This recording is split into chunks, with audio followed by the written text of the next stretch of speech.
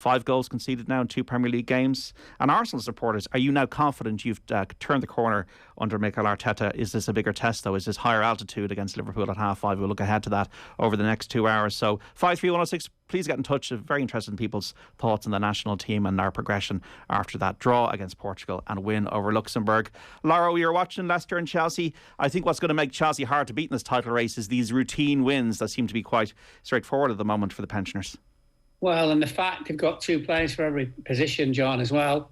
I mean, it was more of a mismatch. It reminded me a little bit of Liverpool at Old Trafford, where, I just couldn't understand the way Leicester was set up and trying to play against Chelsea, because there were so many open spaces in midfield. Leicester just sat off them. They were 3 against 3.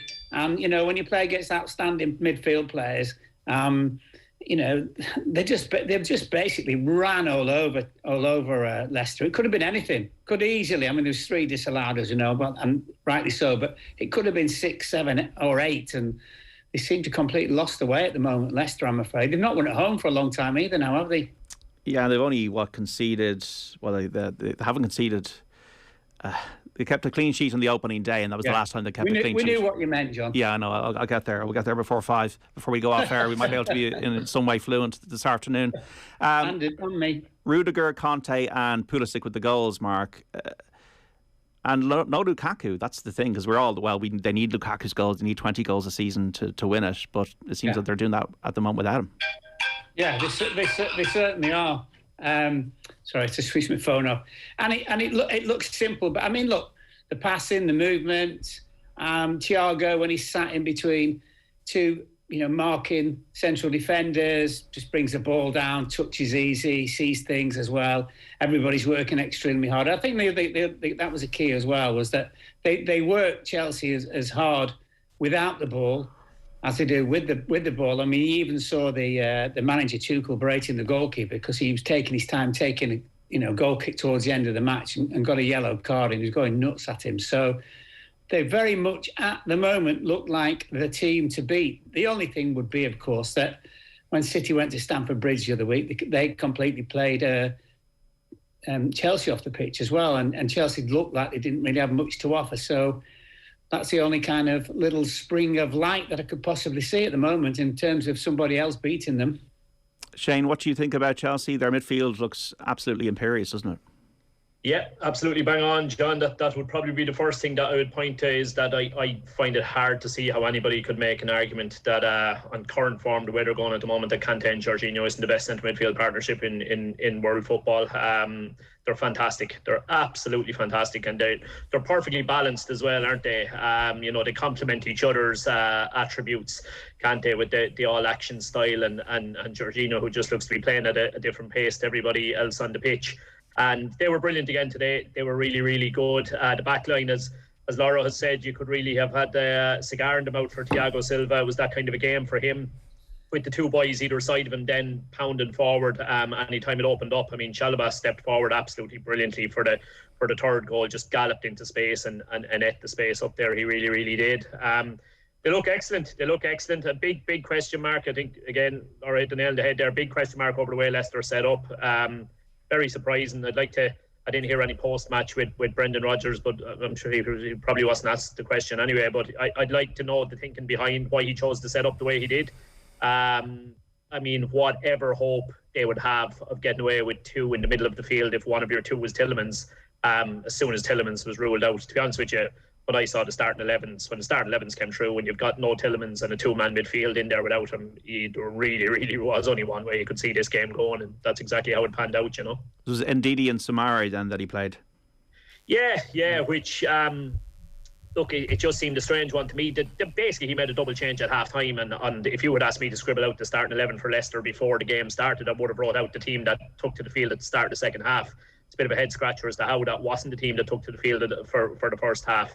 And look, they did a bit better in the second half. I think if he'd started that way, I think they probably still would have been beaten. Let's be honest. I think their only way of getting something from this game is if Tielemans had been fit. I rate him that highly. I think he's that good that when he's on the field, he gives him a chance and everything. But Yeah, look, Leicester didn't help their cause, but I think even had they had done everything right, it's very, very hard to stop this Chelsea side the way they're going at the minute. Johnny, you're on the Gillette. I was going to say Chelsea are everything Man United aren't at the moment in terms of that hunger that Lawro spoke about. It looks like Man United are going to go 1-0 down here. It was just kind of like ball that just bounced into the box. McTominay then sort of, I don't know, did he kind of fall into the Watford player? Really, really stupid challenge. The sort of thing that, like, Solskjær, the last thing he needs, and Watford have a penalty to go 1-0 up here. And God, what a story this would be, because, as you say, like Chelsea, they look like a team that aren't going to be giving up points against any poor opposition. It was just so ruthless today. But here we go, and De Gea's. Ismaila Sarr is going to take a penalty for Watford here against Manchester United. 7 minutes on the watch here at Vicarage Road, and he steps up, and as he got it, De Gea saved it on a follow-up and has been scored. That's a goal. Scored from the follow-up. Watford have scored. Kiko with the this is so unfortunate from De Gea, because he parries it, away, and typically enough the two players running in are not Man United players. It's a really, really poor penalty. There's no power whatsoever. De Gea dives to his left, just doesn't get it as much of a connection maybe as he'd have liked, but like he makes the save and then blasted into the net. They do look like they're going to VAR here for whatever reason, unless he ran ahead of the ball when he was following up. But what a disaster for Man United. Watford against Manchester United. Yeah, he's in the box. That's going to be disallowed. Oh, yeah. So he's in that. That's horrible. So basically, he's in the box when the penalty was taken. He's run too early, and that will be disallowed. Yeah, yeah. It's almost like a 100-metre sprinter getting disqualified. Was this the one Ole Gunnar Solskjær needed? That little bit of luck, JD? Because this is the Mark Robins moment, is it, for Manchester United and Solskjær? The team today, De Gea. A few of them already. The team today, De Gea in goal. So we got Wan-Bissaka, Maguire, Lindelof, and Shaw. We have McTominay and Matic with Sancho playing today. Bruno and Marcus Rashford behind Cristiano Ronaldo. So what is happening here is a discussion between the referee and the Manchester United players. Maybe it could be retaken, Johnny? I don't think it would be retaken. I think he's encroached. But I mean, I should know the rules better than this. But I would imagine it's a free out. But if it's retaken, they'll be delighted with that. He's given it. It is being retaken. Yeah. Do you know the rules in that, lads? Because he's encroached. De Gea's made the save, but he's retaken the penalty despite the fact one of his own players encroached. I couldn't be 100% clear on it, but that would seem crazy that they end up getting the benefit of what's technically a form of a foul by one of their own players. Did De Gea move? Was his left foot off the line or something? Oh, yeah, we don't have the comms on here. That maybe so, Lawro. That might be the reason. It's Watford against Manchester United here at Vicarage Road. The 3:00 kickoff. Such a huge game for Ole Gunnar Solskjær after the last few defeats. The defeats at home to Liverpool and Manchester City. Watford getting an early penalty. Ismaila Sarr's attempt was saved by David De Gea. Kiko followed up, put it into the roof of the net. But it has been disallowed. And yeah, it seems he's having another go. Ismaila Sarr, it's almost like we're in Groundhog Day here on Off the Ball Football Saturday. He can't Groundhog Day and hit it as badly as he did the first time. So he went to De Gea's left the first time, Ismaila Sarr. It was saved, it was parried. Is he going to go the same direction here now for the second attempt at this penalty? Utter drama here at Vicarage Road. Not a great run-up, JD. No, it's not. It's a very short run-up from Ismaila Sarr. He's got the same way as De Gea saved it again. And Manchester United clear it now. It is still Watford 0, Manchester United 0. He went the same way. He actually took a worse penalty, and De Gea saved. I actually think it was worse because he could have not even dived and saved that. It was so central. It was a bit more powerful. It's just slightly left of centre. It's a bad penalty. Saved it though with his right hand. Kind of parried it with his right hand, De Gea. Fantastic save, playing with so much confidence. All his technique is all wrong there. Like, he's basically almost hit it on his instep. There's no power behind it. We weren't convinced by his run up, but this is Solskjær's get out of jail, albeit 10 minutes. Solskjær is the blackjack man. Every time he goes to the casino, he's down to his last tenner and he pulls a blackjack every single time. He's a cat with 8 lives. He'll always get away with it. And there's another example of it as Watford go close in the corner. Still Watford 0, Manchester United 0. Lawro, if it wasn't for David De Gea, where would United be? Well, in more of a mess than they already are, I suppose. But I mean, what was the penalty given for, John? It was a terrible challenge by McTominay. I'm not sure. Oh, that's right, you said. I mean, I don't know. I mean, you look at this team and you just think, what the hell? Experienced players making all sorts of mistakes. we're talking, everyone's saying now what's happened to Bruno? Has Bruno had his nose pushed out of joint because Ronaldo's obviously the main man, etc. But again, it just underlines that this team really is a collection of individuals, and that probably is the biggest problem that they've got, and the manager most certainly has. And they can't even blame Pogba now because he's out until the new year? Well, they can still blame him, John, obviously, because he will. But I mean, apart from that, no, there's a hint of truth in there somewhere. 1-1 between Norwich and Southampton. So Shea Adams put the Saints in front, and Dean Smith now in his first day in charge in Norwich. Timo Pukki getting the equaliser, and Crystal Palace are absolutely flying. They've gone 1-0 up away to Burnley. Christian Benteke with the goal. Yeah, the Bruno situation, Shane, is interesting, isn't it? Because against Portugal, Ireland, he was pretty poor in the Ireland game, wasn't he? He was, yeah. And I think everybody would have had concerns over, how was it going to work with when Ronaldo came in? Was that going to cause problems for Fernandes? And it appears to have done so. It does appear to have done so. I mean, pretty much from the moment they signed Bruno Fernandes to the moment Cristiano Ronaldo was signed, Bruno Fernandes was so far and away Manchester United's best player. It was incredible. I mean, his level of consistency for them. I know, look, there was maybe the odd game where against some of the bigger teams where maybe he wasn't quite at his best, but by and large, I mean, 90% of the time he was the man who was doing the business for them. And they've shown moments where they can combine. But I don't know, it's the knock-on effects, I suppose, right throughout the system. Bruno Fernandes absolutely flourished in a system that was built around him. Yeah. And now the system is built around another player, I suppose, is the simplest way of putting it. Have you made signings, and I'm thinking of one here at Go United that you made. Have you made signings that's in theory it's like 11 plus 1 equals 12 here, we've a better squad, but it's sort of screwed up the balance elsewhere? Because I've made this point before, I don't see any offensive United players who've actually improved since Ronaldo joined, apart from Ronaldo. Yeah, but I suppose, Johnny, the thing here is, did Solskjær even sign Ronaldo? Like, I can't see. It's very, very, very hard to see how sitting down and I mean, firstly, what you're doing is you assess your strengths and weaknesses and what you need most. And there's no plausible argument that what they needed most was a centre forward. Now, look, you can make the counter argument, if he wasn't there, he scored so many goals, where would they be without him?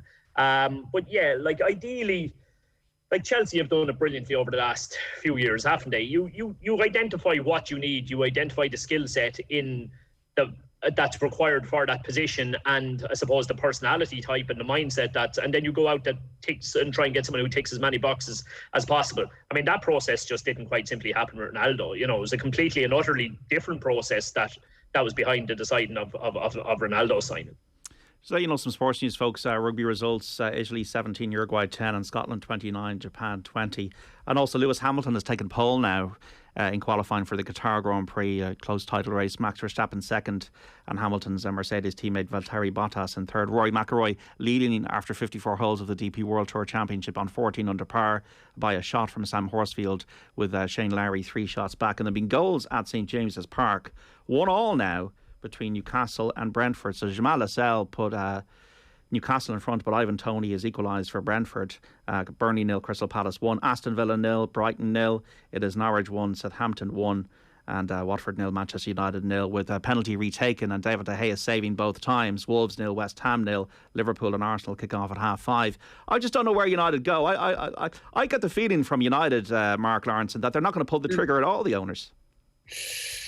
I don't know. I really seriously, I just always feel with owners like that, who obviously offshore, for want of a better description, it's the share price, John. I think if the share price is holding up, or they've made money since the signing of Ronaldo, I think they're quite happy. The fact will be, though, if they don't qualify for the Champions League. So the next round of games comes very, very soon, doesn't it? Champions League. And bearing in mind, if he obviously wins today, maybe with a little bit of luck that he's getting, he might win today at Vicarage Road and get some more points. It may just well be they might make a decision after the Champions League to see if they've actually qualified, because that would have a serious effect on that share price. I can't see any other explanation, because quite easily could have been sacked already, which I'm pretty sure he knows himself, and everyone keeps thinking he's hanging on. Is he really hanging on, or are they just saying, well, let's just wait until, as I say, the Champions League, the knockout basis, whether they get to the finals of that, basically. It's not like they've been exactly dominant since the save as well. No, it's just Lawro's saying they might get a bit lucky to win today. The way they're playing here, they will be lucky to win because they don't. They're kind of the odd attack. It's an awful ball, and I think Bruno Fernandes is just putting his hands up, and it's Wan-Bissaka with the pass. But defensively, they look a bit unsure. McTominay's had a really jittery start, and Miguel Delaney's article in The Independent was interesting today. He's basically implying that they just don't have a replacement for him at the moment, and it's kind of like just killing out time. That eventually, once they have they've let managers be in positions where they could approach them and they've hesitated, and now they're in a situation where they do want rid of Solskjær, but they don't really have a ready-made replacement there. That's what he was maybe Pochettino was somebody they're looking out for, who knows. Maybe no Brendan Rodgers now, John. Well, that's interesting as well, Laura, because his stock isn't like Leicester. It was going to be a difficult season for them, but it has been poor. They've already lost 5 games. Fofana's been a loss, hasn't he, Lawro? Who? Oh, yeah. The boy broke his leg pre-season, yeah. And Tielemans as well. But yeah, look, when you look at Manchester United manager, the next one, if there's to be one, I mean, they're talking about Zidane, aren't they? That's the latest thing. I think they've probably tried to chat him up, see if he fancies it as well. It's very, very difficult to actually try and work out what they want. I mean, it went down the Mourinho route, as we know, Van Gaal as well, and they suddenly decided, that's not particularly good, although, there was trophies in there, wasn't there? So I actually look at it, and many years ago when Edward Woodward got the job, I know someone at Manchester United who's very, very close to all of them, and this guy just said, this fella doesn't know anything about football. He's not actually particularly that interested. He made all the money for the owners, obviously with all the sponsorships and all those kind of things, and the kind of, well, he's done well there, let's chuck him in. But since who was the guy who left with Fergie? David Gill, yeah. Yeah, listen, has the place ever been the same since those two left? And certainly David Gill. David Gill was an absolute top operator. He really seriously was. They've never, ever replaced him, let alone replace the manager. David Gill still had been in charge in terms of behind the scenes, chief exec, all those kind of things in regards to football. They would not have been in this mess. Lawro is talking about a far greater kind of issue than the 19 minutes of this football game in front of us, but they have been so bad. This is Watford, Man United goalless. It's hard to exaggerate how bad Man United. They're like 11 players who basically, they're like a collection of good players who are playing for a representative team, but they've never played with each other before. McTominay has had a shocker. He's just gotten booked. So he's going to be on tenterhooks now because he's 19 minutes in, he's on a yellow card given the way he plays, and given that the fact that he obviously can't tackle so far in this game. He's given away a penalty which itself could have been a yellow card. They're all over the place here, so this is, you do wonder, could he survive if they lost today playing the way they are.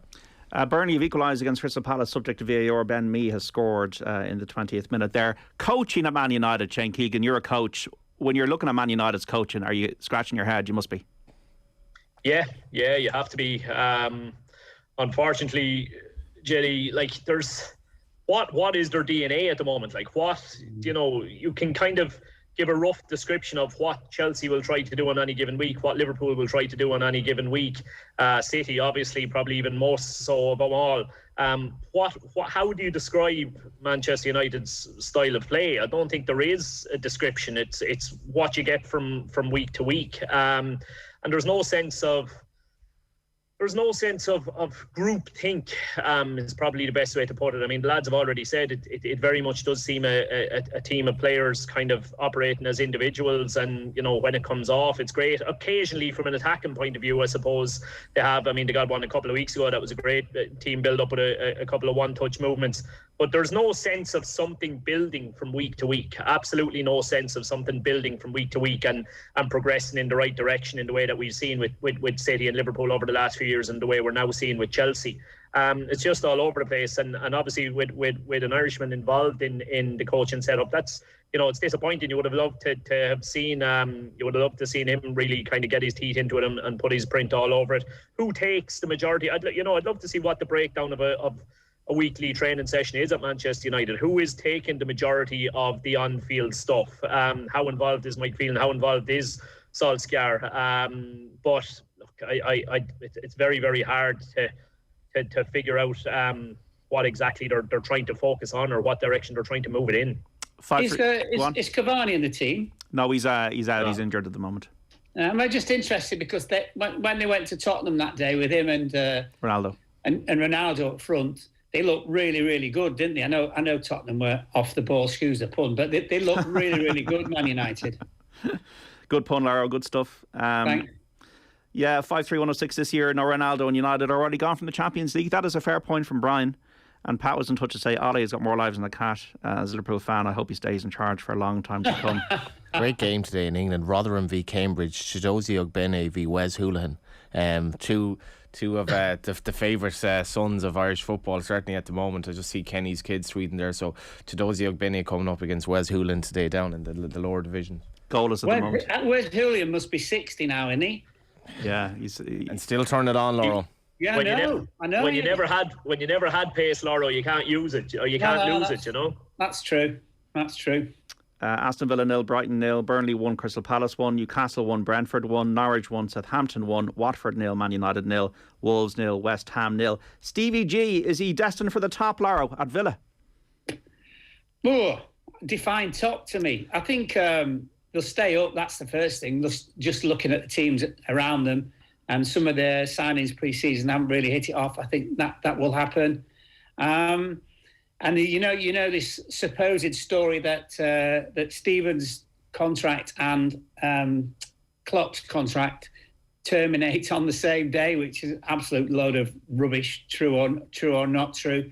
He's not been groomed for Liverpool, to be honest with you. He will, if he does a good job at Aston Villa, have a chance of being the Liverpool manager. But and I know there's nobody at Liverpool who's saying he's going to be the next manager because they just want Klopp to stay there forever. But he's, I think it's a good move for him. I'd heard the other week that it wasn't all kind of rosy at Rangers, and I think Stephen demoted the kit man because apparently he was telling the chairman about all the stuff that happened in the dressing room, and Stephen went to see the chairman allegedly and just said, look, if you really want to know, why don't you come and sit in when we're all in there and stuff like that. And I think that money's a bit tight again. Sorry, not again, but a bit tight this season. And he's done what he was asked to do. And I just think it's a perfect time for him to go. And Christian Purslow, who I think is chief exec at Aston Villa, he was at Liverpool when Stephen was there. So he's going to get every single opportunity to improve the football club in terms of results and going forward. Well, who knows what goes on in the dressing rooms. But he's got Gary McAllister with him as well, Lawro, and Michael Beale, that rated coach that he's brought with him from Rangers. Yeah, the coach. I mean, he's got defensive coach as well in there, and I think he's really, really tight with all those guys. Gary Mack's I don't know if anyone's ever met him. He's just like a great lad. He'll be a good number 2 as well, because he'll give Stephen some things to think about. He's not a yes man. He will very much have his own opinion. He's a kind of sit back guy and have a little look, and then maybe come in with a line. And they're all really tight, that coaching squad. So I think they'll be fine. I really seriously do. Listen, we look at some of the teams that are in there at the bottom, and we know that a lot of them aren't going to get out. And you wouldn't look at Aston Villa and say they'd be relegated. I don't think they will. I know they've lost 5 straight, which is why the manager lost the job. But they're not that bad a team by a long stretch of imagination. He's got to sort out the defence, Lawro. Yeah. Look at the Rangers. I was looking at the stats.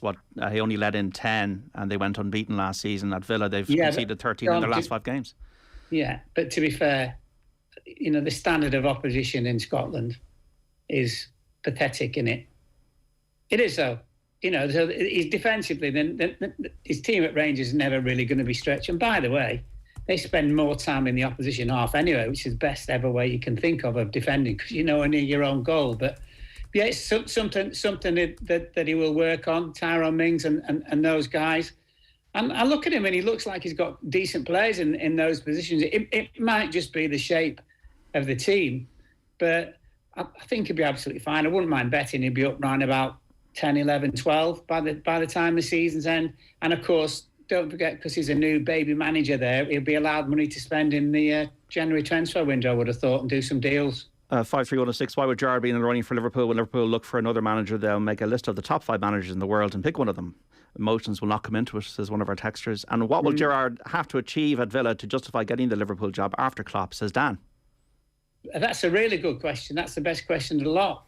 Yeah, but there'll be a massive. If Jurgen walks away, and I think he will. One day. I'm not saying when his contract's up. I just think he's the type of guy who goes, you know what, this has been great fun. I've absolutely loved it, but I'm going to go to do something else, whether it's football or not.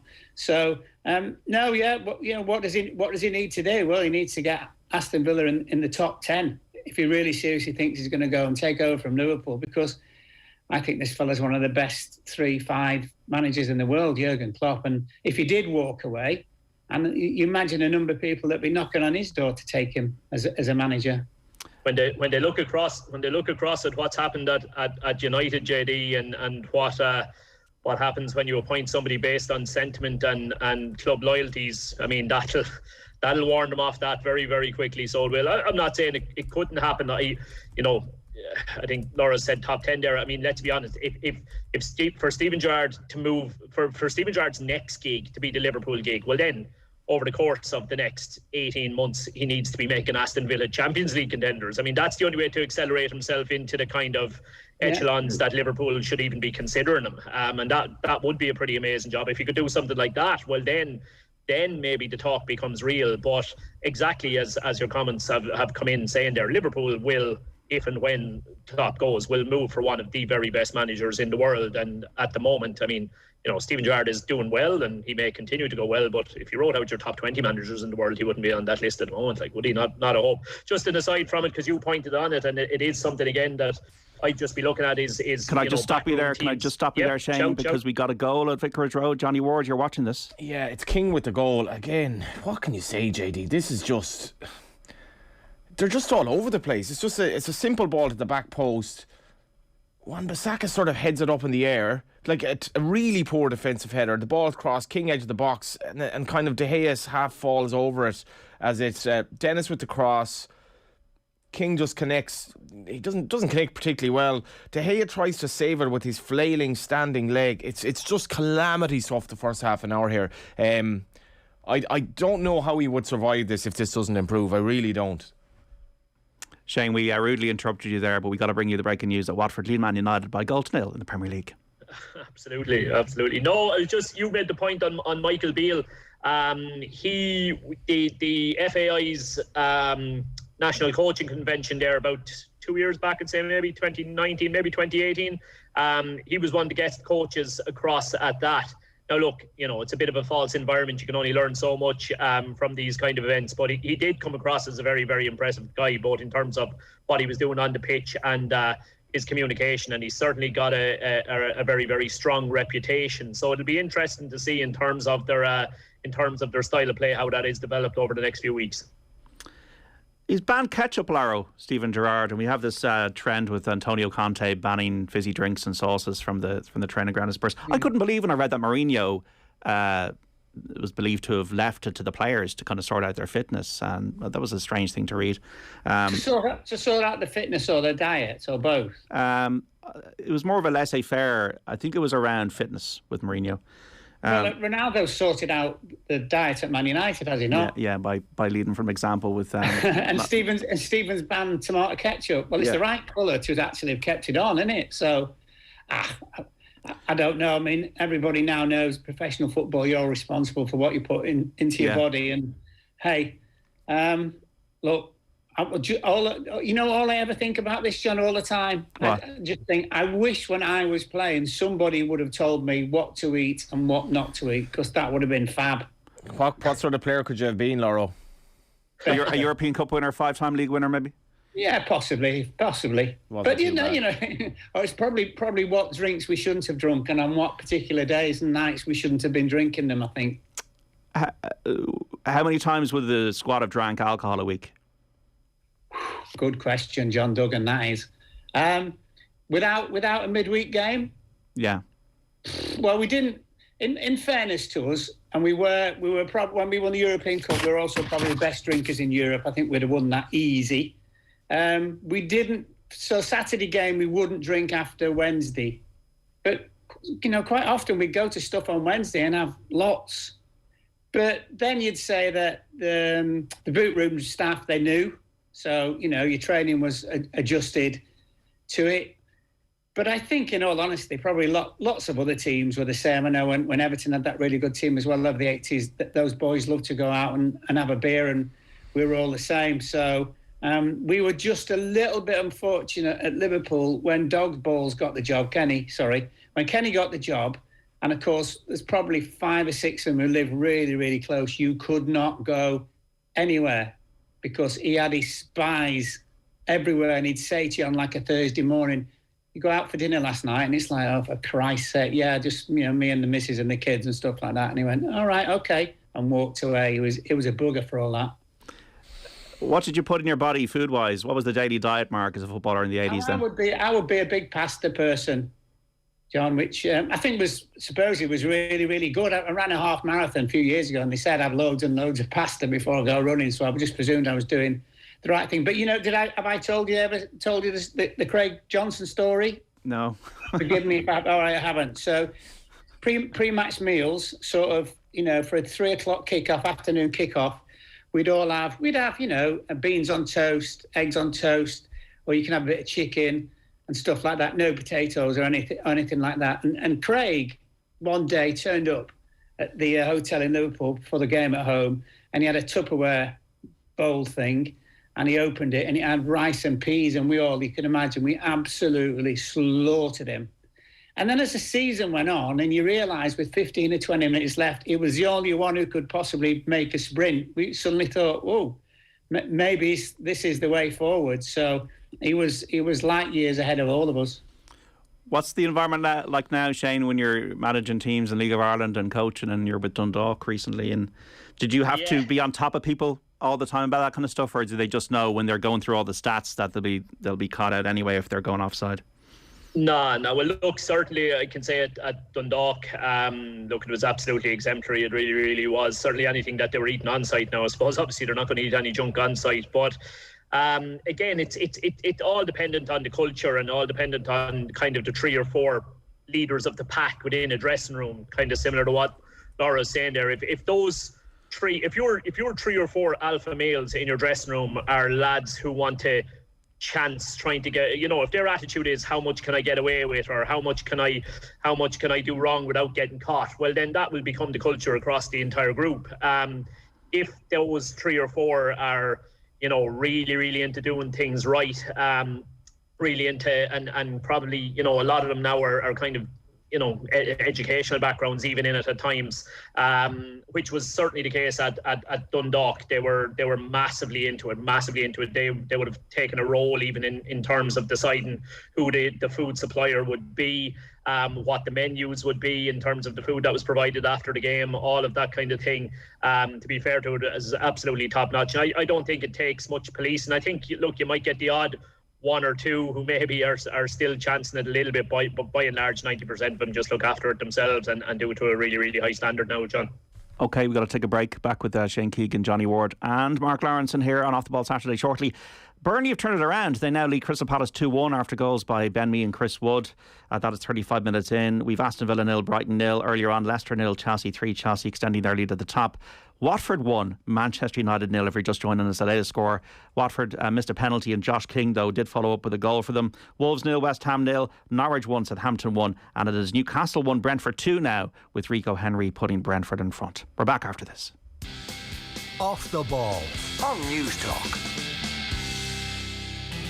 Alive and Kicking. This Sunday morning on Alive and Kicking, Dr. Nina Burns on moving to a more personalised healthcare system, and Tanya Knott, director of the Sarah Jennifer Knott Foundation, on how this would have helped her sister's diagnosis and treatment. I'll also be joined by Mary Kennedy and her sister Deirdre Niconaja on what we can learn from the Celtic calendar. Alive and Kicking. With Benylin Day and Night tablets. Always read the label. Ask your pharmacist for advice. That's Alive and Kicking with me, Claire McKenna, this Sunday morning from 8. On News Talk. Now at Power City, get free delivery and free recycling on selected Whirlpool washing machines. For more information, go online to powercity.ie or call in store today. When you think confident, you always make the right choice. And when you choose a 221 Volkswagen, you can drive confident. Discover the new Tiguan, the iconic Golf, and the all-electric ID3 and ID4 models. Think confident and drive confident with PCP finance starting from 1.9% APR. Search Volkswagen 221. Finance provided by way of hire purchase agreement from Volkswagen Financial Services Ireland and subject to lending criteria. Terms and conditions apply. Visit volkswagen.ie/221 for further information. Volkswagen. Black Friday can be a real letdown. That's why Virgin Media is turning it red. Now's your chance to get unlimited data, calls and texts, all for just €10 a month for 12 months. Shop the Red Friday sale at virginmobile.ie or go in-store today. Bring on amazing. SIM-only contract, €25 a month after offer. For details, terms and conditions and acceptable usage policy, see virginmobile.ie. Ends 29th of the 11th, 21. It's about time we partied, like no other party. Let's make this Christmas special. The excitement, the racing, the passion, the food, and nights to remember. So, start practicing your moves.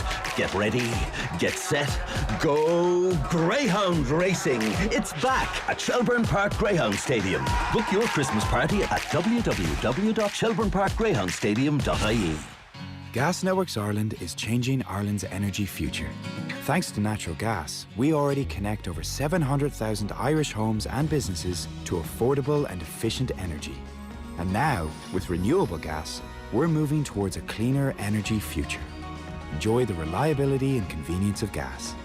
Visit gasnetworks.ie to connect today. Gas Networks Ireland. Progress.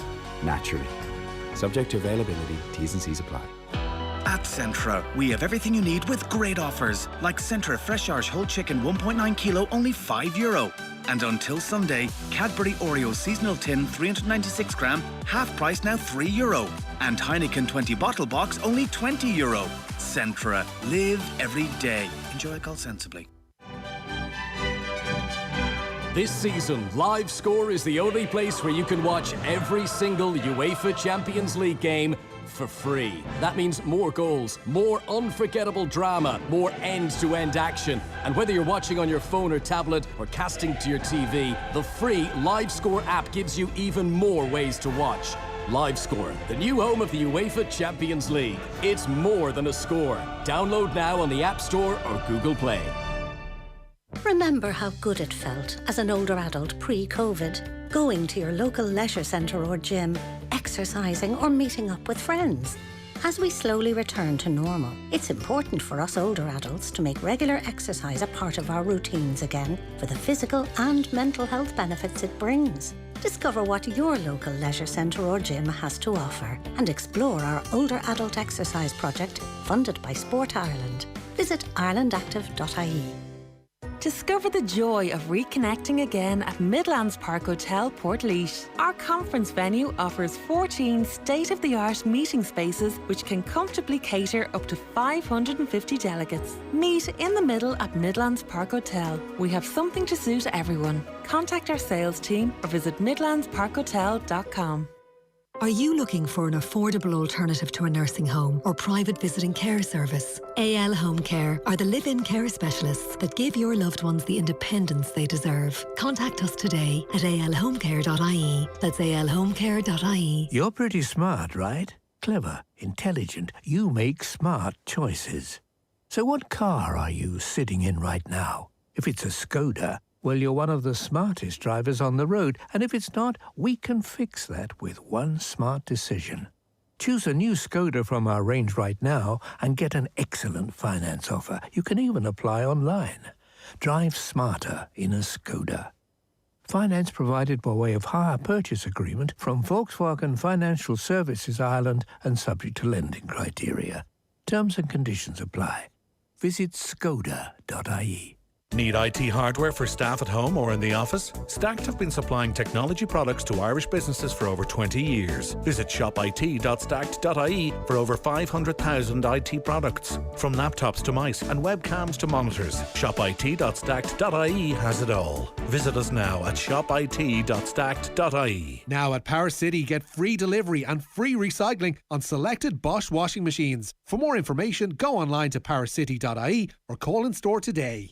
Football on Off the Ball. With Sky. Watch every single live Premier League game on Sky Sports, BT Sport and Premier Sports. And welcome back to Off the Ball Saturday here on News Talk. John Duggan with you 3 to 5. Remember, our football coverage on Off the Ball brought to you by Sky. Watch Liverpool and Arsenal go head to head on Saturday Night Football live only on Sky Sports. We're joined by Mark Lawrenson, the former Republic of Ireland and Liverpool defender, the UEFA Pro Licence coach Shane Keegan and the broadcaster and journalist Johnny Ward. To talk about football, you can text us 53106. Watford 1, Manchester United 0 in the Premier League if you're just joining us. Josh King with the goal, Johnny, and he's just had another chance. Yeah, he scratched at it, JD, and Man United's defending is so bad. There's you know, I know Harry Maguire has been the subject of Roy Keane's wrath and all that, but his fall from grace is quite spectacular, and I'd just be interested to get Shane's view on this. They look like a team that the manager has just completely lost them at this stage. They look like they're not playing they're not playing as if they believe anymore.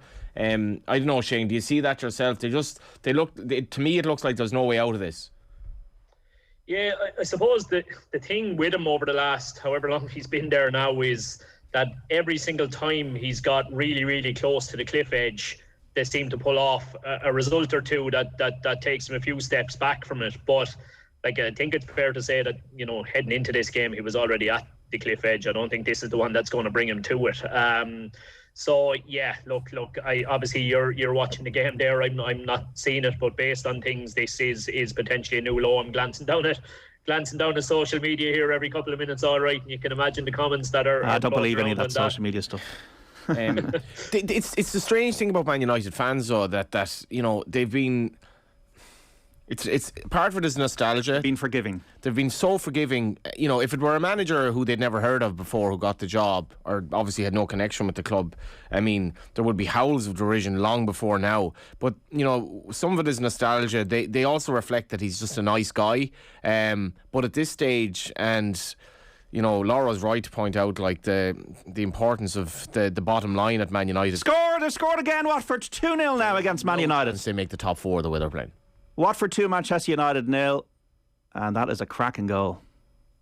I was going to say typical Man United drama. They're going to turn this round and win 2-1 in the second half, because that's the way it's just a pantomime. But this does not look good, JD. And to be in that dressing room at half time. Ismail Assar with an absolute screamer, bottom corner. Solskjær looking glum there in the dugout, and he's no longer on his feet. Lawro, but lads, could I ask, do you think this group of Manchester United players is capable of doing an awful lot better under another manager? Of course, I think everybody knows that. Yeah. Yeah, well, what do they do with Ronaldo? What do they do with Ronaldo is the first thing, because since he's come in, Man United weren't doing badly before Ronaldo came in. Now I'm not saying Ronaldo himself is doing badly, but there's no balance in terms of how they play. And defensively, Shane, they've completely fallen apart. They haven't become bad players overnight. So I think they're capable of a lot better. I think they're capable of the form they were in at the very least last season. Yeah, maybe so. I would put them on a completely different level than the kind of 3 or 4 clubs that we've been talking about. I mean, how you could look at their team sheet, you look at the back line, you look at the centre midfield partnership. I mean, really, there's only the attacking unit that's anywhere close to being comparable to the 3 or 4 that are up around the top. I don't think any manager is going to come in there and going to be able to put them on a par with City, Liverpool or Chelsea. I really don't, you know. Lawro, this could be all over for Solskjær tonight, the way this is going. Yeah, no, honestly, you know, losing away to Watford, absolutely, totally, because Watford obviously haven't a great chance of being relegated. Yeah, I think it's one of those. I don't think you can defend him for this, but knowing Man United, I'd have you a little bet they'll come back second half, and I wouldn't be surprised if they went on and won it, you know, as poorly as Johnny's obviously saying and everything, that they're awful. But this is a Man United that really is a team of two halves when we've seen a lot of the performances, especially away from home. So If he loses, I think he's gone, I'm afraid. I never want managers to be sacked, but you cannot possibly defend the fact you go to Watford and get beat 2-0. If you're seriously thinking of finishing in the top 4 of the Champions League, no chance. Absolute cracker at Turf Moor. Now, Crystal Palace 3, Burnley 2. So Burnley went behind to Benteke, Ben Mee and Chris Wood put them in front. But now Benteke with the second goal and Mark Gay have put Crystal Palace 3-2 up. Now Newcastle 2, Brentford 2. This is Eddie Howe's first game in charge, although he's not there because he's got COVID. Jamel Lascelles and Joe Linton for Newcastle. Ivan Toney and Rico Henry for Brentford. It is Aston Villa 0, Brighton 0. It is Norwich 1, Southampton 1. So Timo Pukki cancelling out Shea Adams opener, and Watford 2, Man United 0. Half time between Wolves and West Ham. Back when I was a kid, I used to go to my dad's Jeep every Saturday to turn on Radio 5 Live to get the scores, and it's a bit like that sort of a day, JD, isn't it? There's just so much happening. Every Saturday and Off the Ball Saturday it's like this. We want the pleasure of your company on News Talk and the radio or in the digital social channels. We want more games at 3 o'clock like the old days, but I'm just looking at it here. If Liverpool beat Arsenal and Man City win, that would put Liverpool on 25, and Man United would have slipped 8 points off the top 4, which is, there's no way they're going to turn that around. I was just looking through the Irish players, Shane, today. So Jeff Hendrick not even in the squad for Newcastle, and Bamidele and Ida on the bench for Norwich. You'd hope they get some game time with these new managers. You would, yeah. That was disappointing, all right. You would certainly have hoped that Jeff Hendricks, you would thought a new manager coming in there would have looked at Hendricks' performances for Ireland during the international window and thought to himself, well, this fella is at least worth an option there to give us 20 minutes off the bench. So I was surprised at that one. But look, it's early days yet. You wouldn't be jumping to massive conclusions. It'll take a manager a couple of weeks on the training ground to start sussing out who's who and the qualities of the different players. But look, I know we're probably going to move on to it overall, Jeddy, but there's a serious amount of competition for places in that Irish panel and in that Irish starting 11 at the moment. It's exciting there on a Saturday to start when the team news starts coming in, and you get interested in teams lower down divisions that you never thought you'd ever be interested in looking at, to see who's in the starting 11, who's not in the starting 11. I'm pretty sure St Mirren have 6 players in their starting 11 today eligible to play for Ireland, and the manager, and an Irish manager, which is fair going. Maybe they also be playing for Man United. Conor Ronan and Conor Ronan and Jane McGrath would certainly do a better job. It's half time there, but another bit of good news that Darragh O'Shea's return seems to be faster than anticipated. We've almost forgotten about him. I think he's a serious talent, but we're so overrun with defensive midfielders that neither he nor Nathan Collins is currently in the picture, whether they like it or not. Half time in the rugby, the women's rugby, Japan 12, Ireland 3, and 14 players Hannah O'Connor sent off for Ireland. In England, that game in the rugby, England 17, South Africa 12. So a 5-point lead for England at Twickenham. Scotland 29, Japan 20 earlier. Italy 17, Uruguay 10. This is a good one from Niall in Dublin. I'll tell you one thing, lads. A manager to watch is Patrick Vieira at Palace, a left field shout in the future for the United job. Well, he is doing a very good job at Palace with Gallagher and Edouard. Definitely good additions. Gallagher on loan from Chelsea. Lawro, Eddie Howe, is he a good appointment by Newcastle? He's good from a PR perspective anyway, I suppose. He's good insofar as he knows about relegation and the bottom of the league in terms of the Premier League, and he did very well in the Championship, bringing Bournemouth up. I think they're going down, to be honest with you, and regardless of today's result, John. When you look at the fixtures that they've had, generally they've played teams towards the bottom of the league, and today against Brentford lost the last 4 on the run. And what are they 3-2 up? Did I just hear you say? I think as well. No, it's 2-2 at half time. Palace are 3-2 up. I just don't, and they've got all this money, but who's going to come and play for them in January? Anybody who gets huge money, surely. Well, but then, all right, which is absolutely fine. But how many of them can you get, by the way? And they need them everywhere in the team. And defensively, they're all over the shop and have been. So I think they'll end up going down. And so if I were, well, obviously I'm not the owners, I'd be thinking, try like hell to keep them in the Premier League, but also have a little eye on terms of recruitment with, people who would be comfortable in the Champions League and as much as you could guarantee would bring you back straight away. Did you do your training with Eddie Howe to get your licence, Shane? Yeah, A licence. Yeah, Eddie did his A licence with the IFA. I did my A licence up the north in Belfast with the IFA as well. He's never looked back since he met you. 2 careers gone in very different directions, Jenny. Look, he was a very, very impressive guy. I think I've said before, there was 2 league managers on it at the time. That was himself and Carl Robinson. And look, I don't know whether you're looking at them differently because you know they're league managers and maybe you're drawing conclusions because you already know they're operating in the league. But I would have said that they were 2 of the most impressive people on the course, but in extremely, very, very, very different ways. Carl Robinson was very much larger than life character. I'm in the room. Everybody be aware that I'm in the room. That sort of a fella who takes over the place when he comes in. Whereas Eddie Howe was the complete and utter opposite.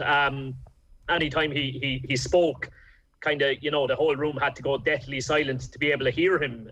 Very, very low spoken, and yet because everything he was saying was making so much sense, and you really, really kind of tuned into what he was saying, there was that kind of silence around the place. So he's, it was a very, very different approach. But yeah, he was a guy that I kind of really latched onto and kind of really kept an eye on over the next years. And I was delighted to see him. I think they were like League 2 or something at the time when we were doing the A licence. But I was delighted to see him shooting up the ranks.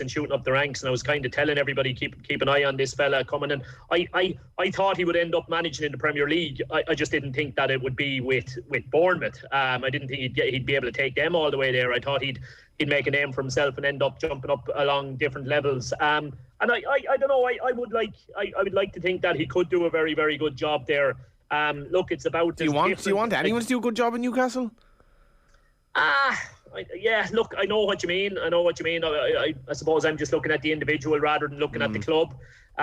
It is going to be a very, very different challenge for him. That's for sure. I mean, you're talking about trying to overachieve on a really, really small budget was what was required at Bournemouth. Now he's going to be given this huge budget, and you're potentially going to be signing what is, it's going to be hard to call them anything other than mercenaries because it's going to be money, and money is the only reason why they're going to be coming there. Very much like the early Robinho signing at City. So it's an interesting one to watch. I will be cheering him on. I'll be hoping he does well. Well, I don't know if mercenaries is the right word with Newcastle and the links to the Saudis. But anyway, we got to take a break. Shane, Lawro and Johnny here on Off the Ball Saturday. Just let you know, half times in the Premier League, folks. Aston Villa 0, Brighton 0, Burnley 2, Crystal Palace 3, Newcastle 2, Brentford 2, Norwich 1, Southampton 1, Watford 2, Manchester United 0, and Wolves 0, West Ham 0. Ole Gunnar Solskjær under so much pressure after those goals for Josh King and Ismail Assar at Vicarage Road. We're back after the news. Stay with us, please. This weekend on News Talk, we've teamed up with the Insolvency Service of Ireland to offer insight and advice on debt and financial struggles. Find out how the ISI can help at newstalk.com/tips. Now at Power City, you can try the latest Bosch food processors, mixers and blenders with a full 90-day money-back guarantee. For more information, go online to powercity.ie or call in store today. There's a new day coming. Air Business and Evros Technology Group have come together to form Air Evo, Ireland's #1 telecommunications and ICT solutions provider, and the first of its kind to redefine what's possible, making true end-to-end solutions possible for the first time in Ireland through innovation, expertise, and a unique connection between technology and people, so that you can innovate, evolve, and grow your business. Air Evo. Together we make possible. Find out more at airevo.ie. InsureMyCars.ie. Don't cut corners on your car insurance. Get a better quote at InsureMyCars.ie. Ireland's trusted car insurance specialists. We search the market to get you the best cover at the lowest prices. InsureMyCars.ie. City Financial Marketing Group Limited, trading as InsureMyCars.ie, is regulated by the Central Bank of Ireland. ESB, with the help of the Climate Action Fund, has been making significant improvements to the electric vehicle public charging network to ensure the journey to an all-electric future together is brighter and faster than ever. So far, we've upgraded over 590 of our charge points, and we've added faster chargers across the country. So now you can charge and go in less time than before. With over 1,350 charge points on the island of Ireland, you'll never be far from one of our chargers. And you can be confident that our network will be there for you when you need it. Visit esp.ie/ecars to find out more. This season, Live Score is the only place where you can watch every single UEFA Champions League game for free. That means more goals, more unforgettable drama, more end-to-end action. And whether you're watching on your phone or tablet or casting to your TV, the free Live Score app gives you even more ways to watch. Live Score, the new home of the UEFA Champions League. It's more than a score. Download now on the App Store or Google Play. Crisp mornings, crunchy leaves, cosy jumpers. Wintertime can be magical. But it's also the time of year when we're most at risk of catching the flu. At your local pharmacy, children aged 2 to 17 can now get vaccinated for free with just a simple nasal spray. Don't let the flu stop you from enjoying your time together. Get your whole family vaccinated against the flu today.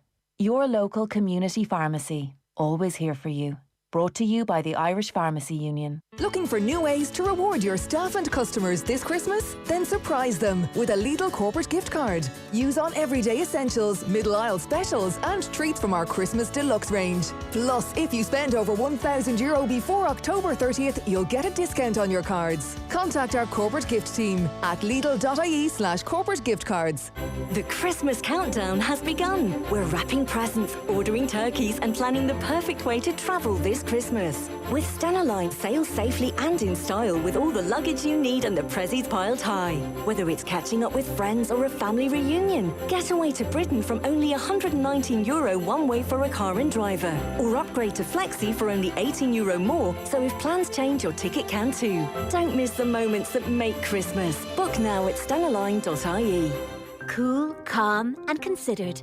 Black Friday at Kildare Village is a classy affair, with spectacular savings and more than 100 designer brands in one charming open-air setting. Enjoy something delicious in gorgeous restaurants and exciting pop-ups under crisp blue skies. Experience an unforgettable day out. Something beautiful bought, a memory made. The Black Friday event is now on at Kildare Village. Something extraordinary every day. Christmas is a time for coming together as a family, a community and a country. This year, Aware is inviting you to come together virtually to help fund our vital services supporting people impacted by depression and bipolar disorder.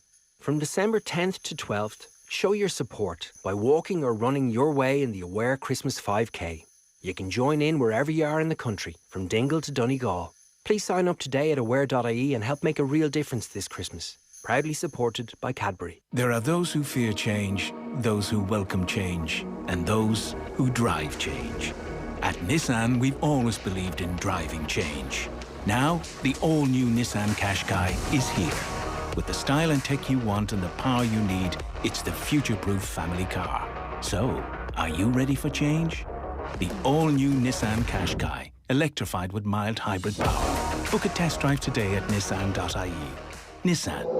Innovation that excites. Discover the Whirlpool Fresh Care laundry range at Power City. The perfect match washing machines and dryers will keep your clothes fresh for up to 6 hours after the programme is finished. For more information, go online to powercity.ie or call in store today.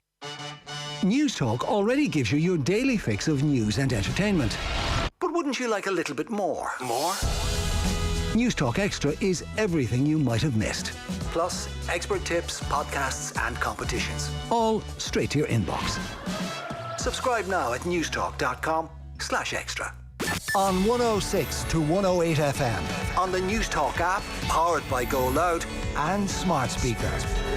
This is News Talk. It's 4 o'clock. Good afternoon. I'm Stephen Burke. The Department of Health has confirmed almost 6,000 new cases of COVID-19 today. 5,959 more people have tested positive for the virus, with 640 patients in hospital, 3 fewer than yesterday. 121 are in intensive care. NEFIT member Dr. Cillian de Gascoigne says the group doesn't want to advise the government not to introduce another lockdown. Dr Duggan says he knows people are fatigued with ongoing public health measures. We need to, I suppose, be honest with people that this is really hard. So it's a more transmissible virus. So if people think back to the first wave or the second wave, it was easier then. But even with Alpha, we got less bang for our buck. With the public health interventions at the same level, we got less bang for our buck because it was more transmissible. The Taoiseach isn't ruling out further public health restrictions before Christmas. Speaking at Cork Airport earlier, he said the pandemic pressure on the health service has to be closely watched. Micheál Martin told Red FM the government will be keeping its options open. This isn't about any one particular time of the year. We have to deal with waves as they come and as they emerge. We've got to look at the overall picture and what are the overall objectives about managing a pandemic, and they have to do with mortality, keeping deaths down, reducing severe illness. Gardaí are appealing for witnesses after a fatal road crash in County Laois. A man in his late teens died when he was hit by a van on the N80 at Clonsai at around 7:30 this morning. The injured man was taken to the Midlands Regional Hospital in Portlaoise, but he was later pronounced dead. Gardaí in the town are appealing for witnesses. And bird flu has been detected in a turkey flock in County Monaghan. The Department of Agriculture has confirmed test results have identified H5N1 in samples taken from the flock. As a result, restriction zones are being set up around the area with additional movement controls and surveillance measures being put in place. The department says bird flu has already been confirmed in wild birds in a number of counties across Ireland in recent weeks. It says there's no evidence of risk associated with consuming poultry meat. It's 4:02. News Talk weather. Thanks to Ryanair. Visit Christmas markets in Berlin, Brussels, Vienna and Prague. Rain and drizzle in Leinster and Munster this evening will turn patchy. Colder, clearer conditions will follow with showers. Top temperatures 9 to 11 degrees. Now you're up to date on News Talk. Football on Off the Ball. With Sky. Don't miss Man City versus Everton on Super Sunday. Live only on Sky Sports. And welcome back to Off the Ball Saturday here on News Talk. John Duggan with you through to 5. Remember our coverage on Off the Ball brought to you by Sky. Don't miss Manchester City versus Everton on Super Sunday live only on Sky Sports. We're joined by Mark Lawrenson, the former Liverpool and Ireland defender, Shane Keegan, the UEFA Pro Licence coach, and Johnny Ward, the broadcaster and journalist, to talk about the beautiful game. Let's get some half-time reports from the Premier League, and not going well for Ole Gunnar Solskjær. Watford against Manchester United with the details. Joe Rawson.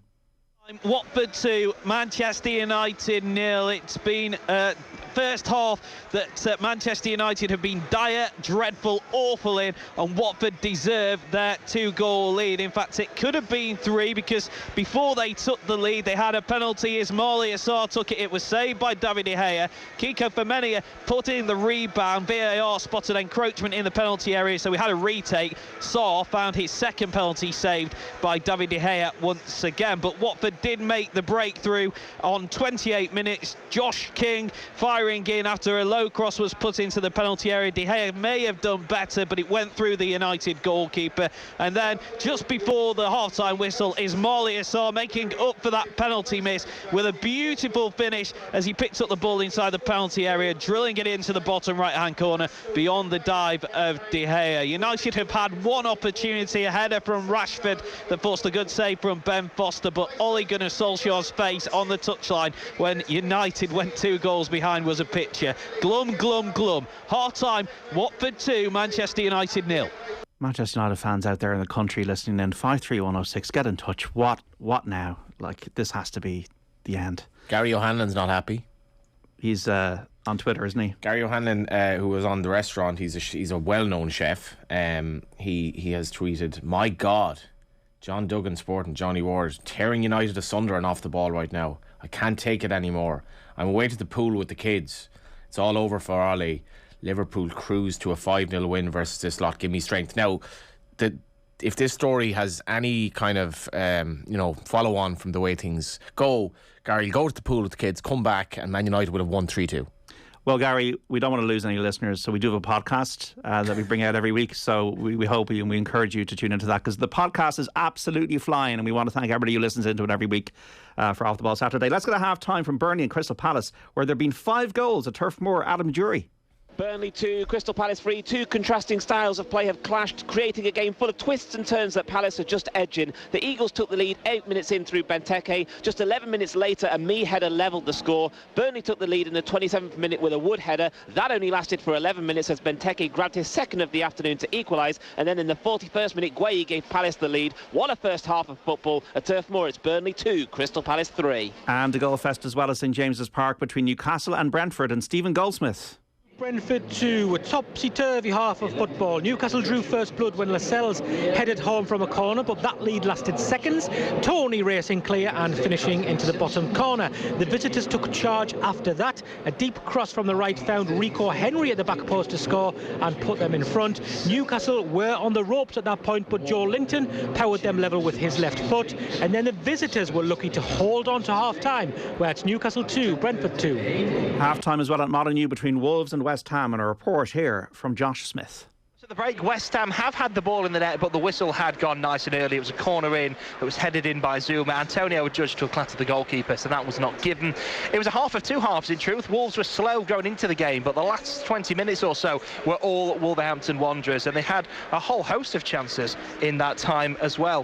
There was a penalty shout. Hee Chang Wang was set down the left-hand side, put the ball in, but nothing doing. According to Mike Dean, Raul Jimenez was set free. He had a third of the pitch to himself, clearly onside, flag stayed down, but his chip went wide, and ultimately he was far too slow and would have been cleared off the line anyway. Hee Chang Wang then had a shot from range, tipped over the bar, the resulting corner. Seiss came up for the header and glanced it wide, but no other chances to register, particularly from a West Ham perspective, which given recent form is a little bit disappointing for the Hammers. At the break, it's Wolverhampton Wanderers 0, West Ham United 0. And half-time Norwich and Southampton. This one from Guy Swindles. 1 Southampton 1. Explosive first 10 minutes. Che Adams poking home to give the Saints the lead. 3 minutes later, there was Pookie to steep low to put home, head home, an excellent cross from Aarons. After that, it was one-way traffic. Southampton dominating the second half, and really they should have been ahead. Thought they were as well when Che Adams put in an excellent shot, but somehow Krul managed to tip it round the post. Norwich 1, Southampton 1. And just to let you know as well, it's Aston Villa 0, Brighton 0 in the Premier League. Just go through the scores. Leicester 0, Chelsea 3, Burnley 2, Crystal Palace 3, Newcastle 2, Brentford 2, Norwich 1, Southampton 1, Watford 2, Man United 0, and Wolves 0, West Ham 0. 5:30 kick-off, Liverpool against Arsenal. In the Championship it ended. Sheffield United 0, Coventry 0. Half-time is Bristol City 1, Blackburn 0. Latest scores, Fulham 2, Barnsley 0. Alexander Mitrovic yet again scoring for Fulham. Unbelievable. 21 goals now in the Championship. Scored that goal against Portugal that put Serbia into the World Cup. Huddersfield 1, West Brom 0. It is Hull 1, Birmingham 0. Middlesbrough 1, Millwall 0. It is Preston 1, Cardiff 0. Shawnee Maguire. Reading 0. Nottingham Forest 1. Stoke It's 1. happening. Is it Donny van de Beek? It's happening. Oh my God. Get the smelling salts. Anne-Marie Keegan, who's been really impressing with her presenting on Virgin, she tweeted there, Watford would have sacked Ole Gunnar Solskjær for that first half performance alone. I think there's a lot of credence in that. But Anne-Marie, let's hope you're watching, because this is where the fun begins with Ole's United. I've already mentioned Mark Robbins once in the show, and maybe Donny van de Beek is the Mark Robbins of 2021. Looks a bit like him, actually. So cross went into the box. Oh, could this be offside? No problem. It's brilliant from Ronaldo. Like the presence of mind to head this across goal is just top class. So it's Watford 2. Duffy's first touch, was it? Sorry? Must have been near enough Van de Beek's first touch. He's only come on at half time, has he? For the club, probably, yeah.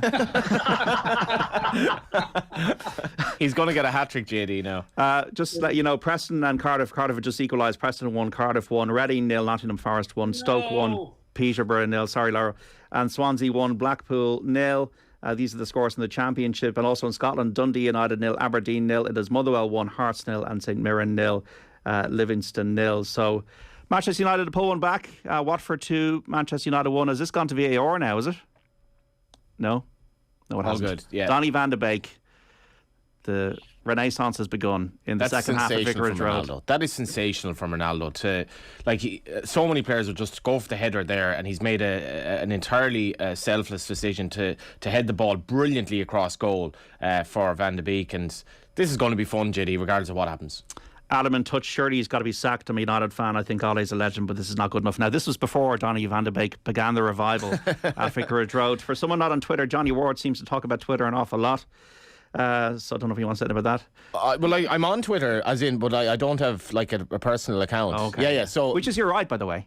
Yeah, like in fairness, it's like it is very, very hard as a journalist not to be on Twitter. So, but whoever texts that in, I completely take your point. It's hypocritical, but it's difficult. It's like not having a mobile phone. I cannot but to think that Ole Gunnar Solskjær knew he was going to be sacked even before the Liverpool game, says Eddie in Limerick. Okay, Eddie, I don't really get you there, but thanks for your text on 53106. As Watford attack and put it into the side netting. It's all happening here, folks, on Off the Ball Saturday. Lawro, Liverpool and Arsenal at 5:30. Klopp has been a bit grumpy. Yeah. Because they've been conceding goals. He's generally grumpy, isn't he? And I think he'd have had the right hump as well about the goals they conceded against West Ham. I didn't agree with him. He said that the first goal was a foul. I really seriously didn't think that it was. But the way they were got out in the second half, and I know they were chasing the game and stuff. They looked very, very ordinary. Van Dijk's he's just like, he's not world class at the moment. He's just class. He's faltering a little bit, which happens. That's the way that it is. And Matip's a little bit the same. And Trent's getting found out a few times as well. Obviously, great going forward at the moment, and even Robertson, as his performances have been down, and also the midfield haven't really been protecting them. But they come back. So this has maybe been coming for a little while. Brighton went to Anfield, and I thought they were very, very good because could easily have won the game as well. So just having a little bit of a lapse, but I fully expect them to beat Arsenal today. Why? Arsenal. That is a big shout, Lawro. What? Say again? That's a big shout. Well, it's a big shout, yeah, because I just think Arsenal have done well so far, but they just remind me of Tottenham years ago. Once they travel north, they tend to collapse. So I think this might be the day. Is this not a different Arsenal, though? He's got a shape to the team. They've not lost in 10. It seems to be a degree of a plan there. John, he's improved them. Absolutely, totally has improved them. But I just don't think they've got enough to beat Liverpool, to be quite honest with you. Ooh. And I think Klopp he'll have been at his players the last few days or however long he's had them since they've come back from the international break. And you could just see it in his eyes. I saw an interview yesterday, and I just thought, wow, I bet he's absolutely right into those boys. So I expect a performance tonight. Just on briefly, JD. Shane, I didn't see the West Ham game, but he played Henderson, Fabinho and Oxlade-Chamberlain in midfield. Now that's, to me, that's I know you're right, Laura, to say like Van Dijk hasn't been the same since he's come back from injury, not quite at that level, but I do think at times they don't have that much help from midfield in terms of, like, look at Chelsea today, the cover that the likes of Kanté was given, that defence. I think that's an issue with Liverpool, that their midfield isn't as good. Like. Well, Oxlade-Chamberlain, he's just never been the same since. I mean, he's had probably 2 or 3 quite serious injuries, not quite, but serious injuries. Then he's never quite been the same. I don't really know what he is. Is he a midfield player? Was he a wide player that suddenly decided he wants to play midfield? And I don't really see. He doesn't really do that much for Liverpool. I know he's an absolutely fantastic lad. Everyone at the club tells you, but. He's not had a run since he's been there where you keep going, wow, how good is Oxlade-Chamberlain? Thiago as well just always seems to be able to get a knock, and Keita has never really shown. I think this is his 4th year. You see he's got great ability, but he's just inconsistent. So, Milner's obviously out. Otherwise, I think he would be playing. So they look a bit weak in there at the moment, most definitely. Curtis Davis. Yeah, just let you know, folks, Ireland have taken the lead against Japan in the women's rugby, 15 points to 12 now. Ciara Griffin, on her swan song, has scored 2 tries for Ireland. What a final day for her. We'll keep you up to date on that. 55 minutes on the watch, and Ireland down to 14 players after Hannah O'Connor was sent off. And Man United have nearly equalised, but not. Watford 2, Man United 1. Bruno Fernandes just missing. Yeah, it was. I think it was Sancho with the ball across. It was a super cross, and just typical of Fernandes' form at the minute. Now, it wasn't easy, but he didn't connect with it at all well. But I don't know if you're going to come in there, Shane, on the Liverpool situation. Yeah, I suppose just on the midfield point, Johnny. Like, when Liverpool are flying it and winning things and up around the top of the table and going well in Europe, well, then people point to that midfield and say, isn't it great how hard working they are and how selfless they are and how they let everybody else get on with it. They allow the front three to do their thing. They allow the fullbacks to get so high. But then when you hit a bit of a bump in the road and they drop a few points, well, now people point to the same midfield and say, there's a lack of spark there. There's a lack of creativity there. And both statements are true. Like, their strength is in their work rate and the fact that they keep it simple and they do let the rest do. But I'll tell you who's actually been a loss, and I'm sorry, no, his name escapes me. Or who was the young boy who started the season like a house on fire before he got injured? Yeah, the 18-year-old from Fulham. I was asking my Harvey son. Elliott. Who? Yes. Harvey Elliott. That was a horrible injury. I thought he looked so good early on before he got injured. And I thought he gave them a really, really excellent balance. That when you had, if you could have had a midfield week in, week out of Fabinho sitting, Henderson's energy, and then Matty Elliott's drive and the creativity and everything, I was so impressed with Matty him. Elliott, he's actually been a huge loss. You're showing your age now. Matty Elliott wasn't he one of the centre backs under Martin O'Neill at Leicester, wasn't he? Yeah. Matt Elliott, yeah. By the way, Ronaldo has missed. Yeah, but hey, listen, boys. Listen, I went to say what's Curtis Jones? Yeah. And I called him Curtis Davis. Do you know who Curtis Davis was? I do. Yeah. Liverpool's most infamous drug dealer. Oh wow. Oh, Lawro. Speaking of other things, though, Ronaldo has missed, by his standards, an absolute sitter to put them 2-2 with 12 minutes gone in the second half. He's through on goal. Brilliant pass. They could end up turning this around. They could. They already almost have. And a brilliant pass by Van de Beek. And they're in the entertainment business, JD, and they do it better than nobody else. But that's the reason why Solskjaer's probably still there, because they are in the entertainment business and they're opening all these mega stores in China, and the club are seeing the fact that they're getting all these likes on Instagram and comments and all this kind of thing. And it's more than... They sold the Premier League rights in the United States to NBC for $2 billion this week. The Premier League did. So, like, it is entertainment as much as football, but it is nice to win matches. Yeah. While we were just talking about Liverpool before the Man United thing, have you noticed as well that the owners bought another franchise this week? Yeah, but I can't remember where. Yeah, I can't remember another sporting. We're doing well here, not remembering anything. It's another sporting. What was your name? It's another sporting franchise. So I'll tell you what will be interesting will be the January transfer market with Liverpool to see what happens. Michael Edwards, he's leaving the club. Yeah, he supposedly got this. His assistant's been with him all these years, and everyone keeps saying that there'll be no difference because this basically both think the same thing. I don't know where he's going to, Michael Edwards, or whether he's just retiring, finishing, or whatever. But you would have thought, because his record is just like outstanding at Liverpool in terms of bringing the players in. So I can't believe that they would have lost him to somebody else. Surely not. The Pittsburgh Penguins was the... That's it. They're going to play in black and white, apparently, John. Okay. 53106. Ole is brilliant. He's manager of the season. Hope he never gets sacked. Love the job he's doing at United, says Jerry in Galway, Liverpool fan. I don't think that text will ever get old for these Liverpool fans texting in. On the situation. The second half games, it's now 3-3 between Burnley and Crystal Palace. What a game at Turf Moor. And Maxwell Cornet is equalised for Burnley. I was reading that he was a left back at Lyon before he came into Burnley, and he's obviously been firing the goals for them. Aston Villa 0, Brighton 0 still, and Stephen Gerrard's first game in charge. Shane Duffy starting for Brighton today. Newcastle 2, Brentford 2. Eddie Howe's first game, although we know he's not there. Norwich 1, Southampton 1, with the Irish lads on the bench.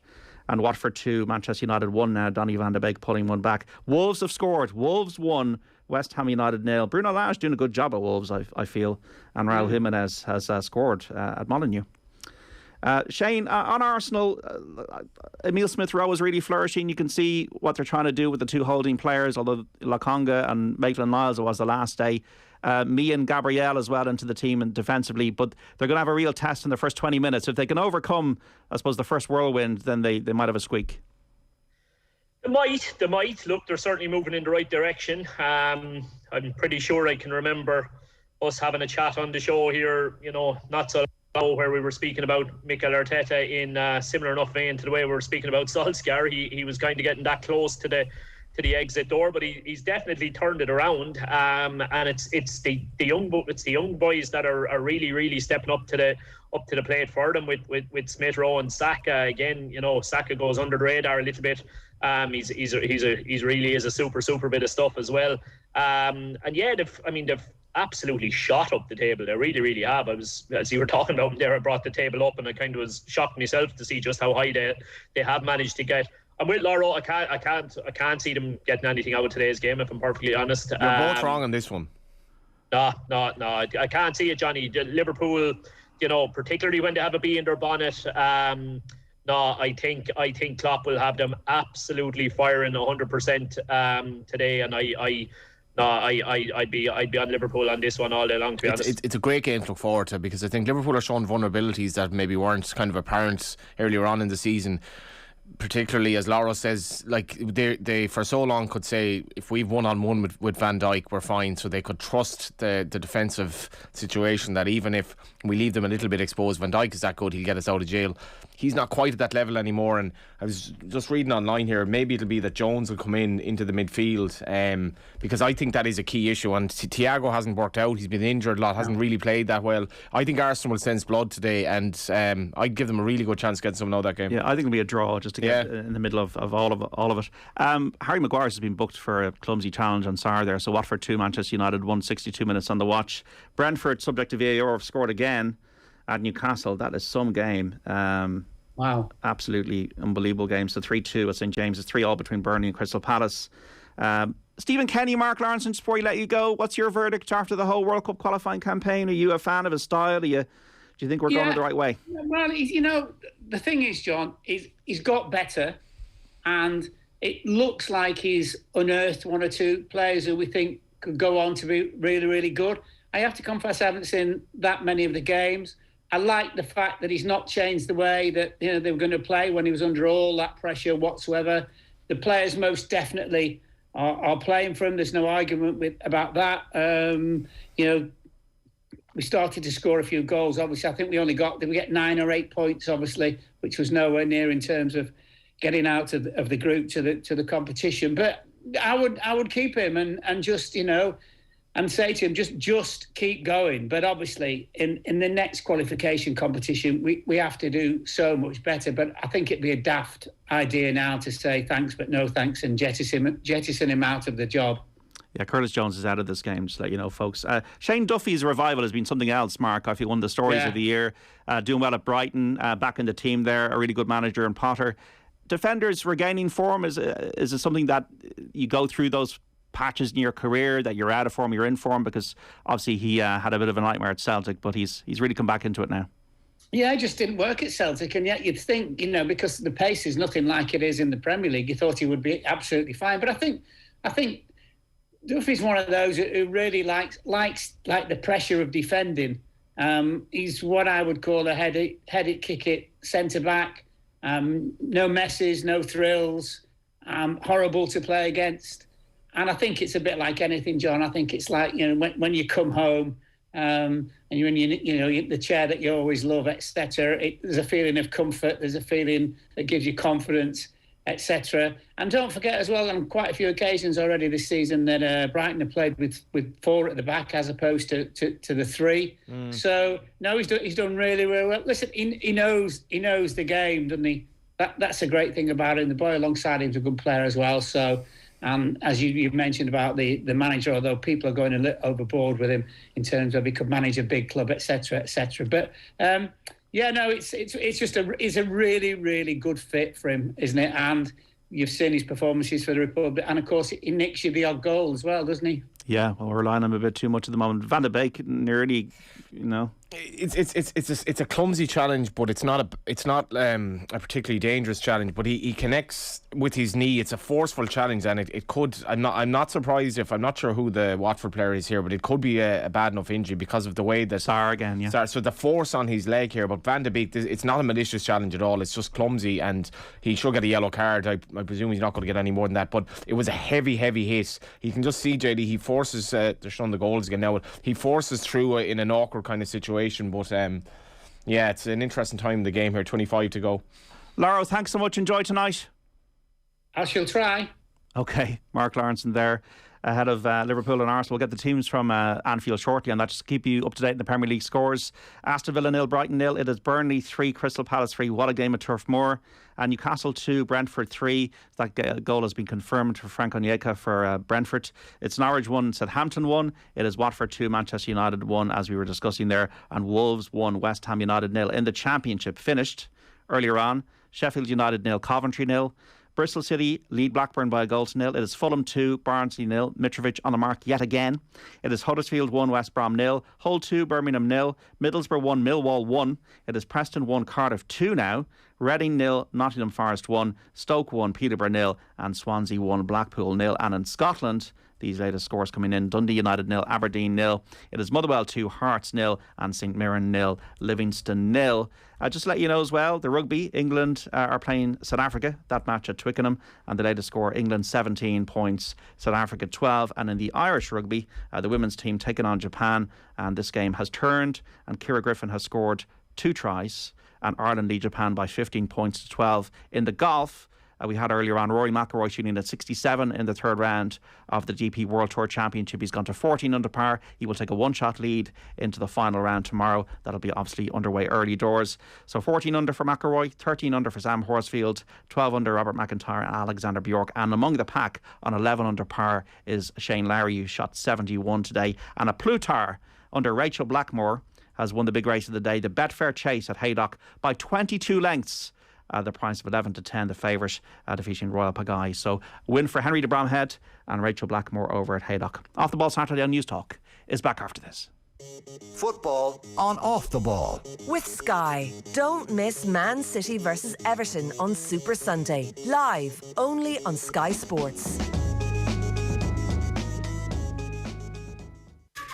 Screen Time. This week on Screen Time, I talked to Benedict Cumberbatch about his powerful new drama, The Power of the Dog, and some of the unusual skills he had to master, like whistling. Yeah. That took ages to learn. I'm still not very good at it. I also talked to his co-star Kirsten Dunst. Plus, John Bernthal, star of The Walking Dead and The Punisher, chats to me about his role as tennis coach to the Williams sisters in the new Will Smith movie King Richard. Plus, the return of the Ghostbusters. Screen Time with John Fardy. Listen and subscribe to the podcast now, or tune in this evening from 6. It's twice as hot in the kitchen with Hotpoint at Experts Electrical. The new Hotpoint Amelia double oven cooker is the only cooker with 2 full fan ovens. Perfect when the whole gang's around. With 6 cooking levels, enjoy endless possibilities and perfect results. Get more cooking power with Hotpoint at Experts Electrical stores nationwide and expert.ie. We're funny creatures as humans. Impulsive, stubborn. We procrastinate for eternity and make decisions on a whim. Can we ever say with complete certainty where our choices are going to take us? Just remember, once in a while, we get it right. You'll never take a wrong turn with Toyota, Ireland's best-selling hybrid electric cars. Toyota, built for a better world. Best-selling claim based on most recently published figures. It's been a mad year, but every year deserves a Christmas. And at Dunnes Stores, we know Santa is still on his way. So break out Mum's signature stuffing recipe. Get some turkey carving tips from Dad. And deck the whole family out in matching festive PJs. Yes, the whole family. This year needs Christmas like never before. Make it magical with Dunnes Stores. Dunnes Stores. Make Christmas for everyone. Visit dunnesstores.com. At AIB, we don't make technology for you to bank. We make it for you to live. Just watch. So you can apply and get a loan through your AIB app or online. Knocking this out like it ain't no thing. All from the comfort of home. Banking to fit the way you live. AIB, we back doing. Lender criteria, terms and conditions apply. Over 18s only, subject to approval. Security may be required. Allied Irish Banks PLC is regulated by the Central Bank of Ireland. This season, Live Score is the only place where you can watch every single UEFA Champions League game for free. That means more goals, more unforgettable drama, more end-to-end action. And whether you're watching on your phone or tablet or casting to your TV, the free Live Score app gives you even more ways to watch. Live Score, the new home of the UEFA Champions League. It's more than a score. Download now on the App Store or Google Play.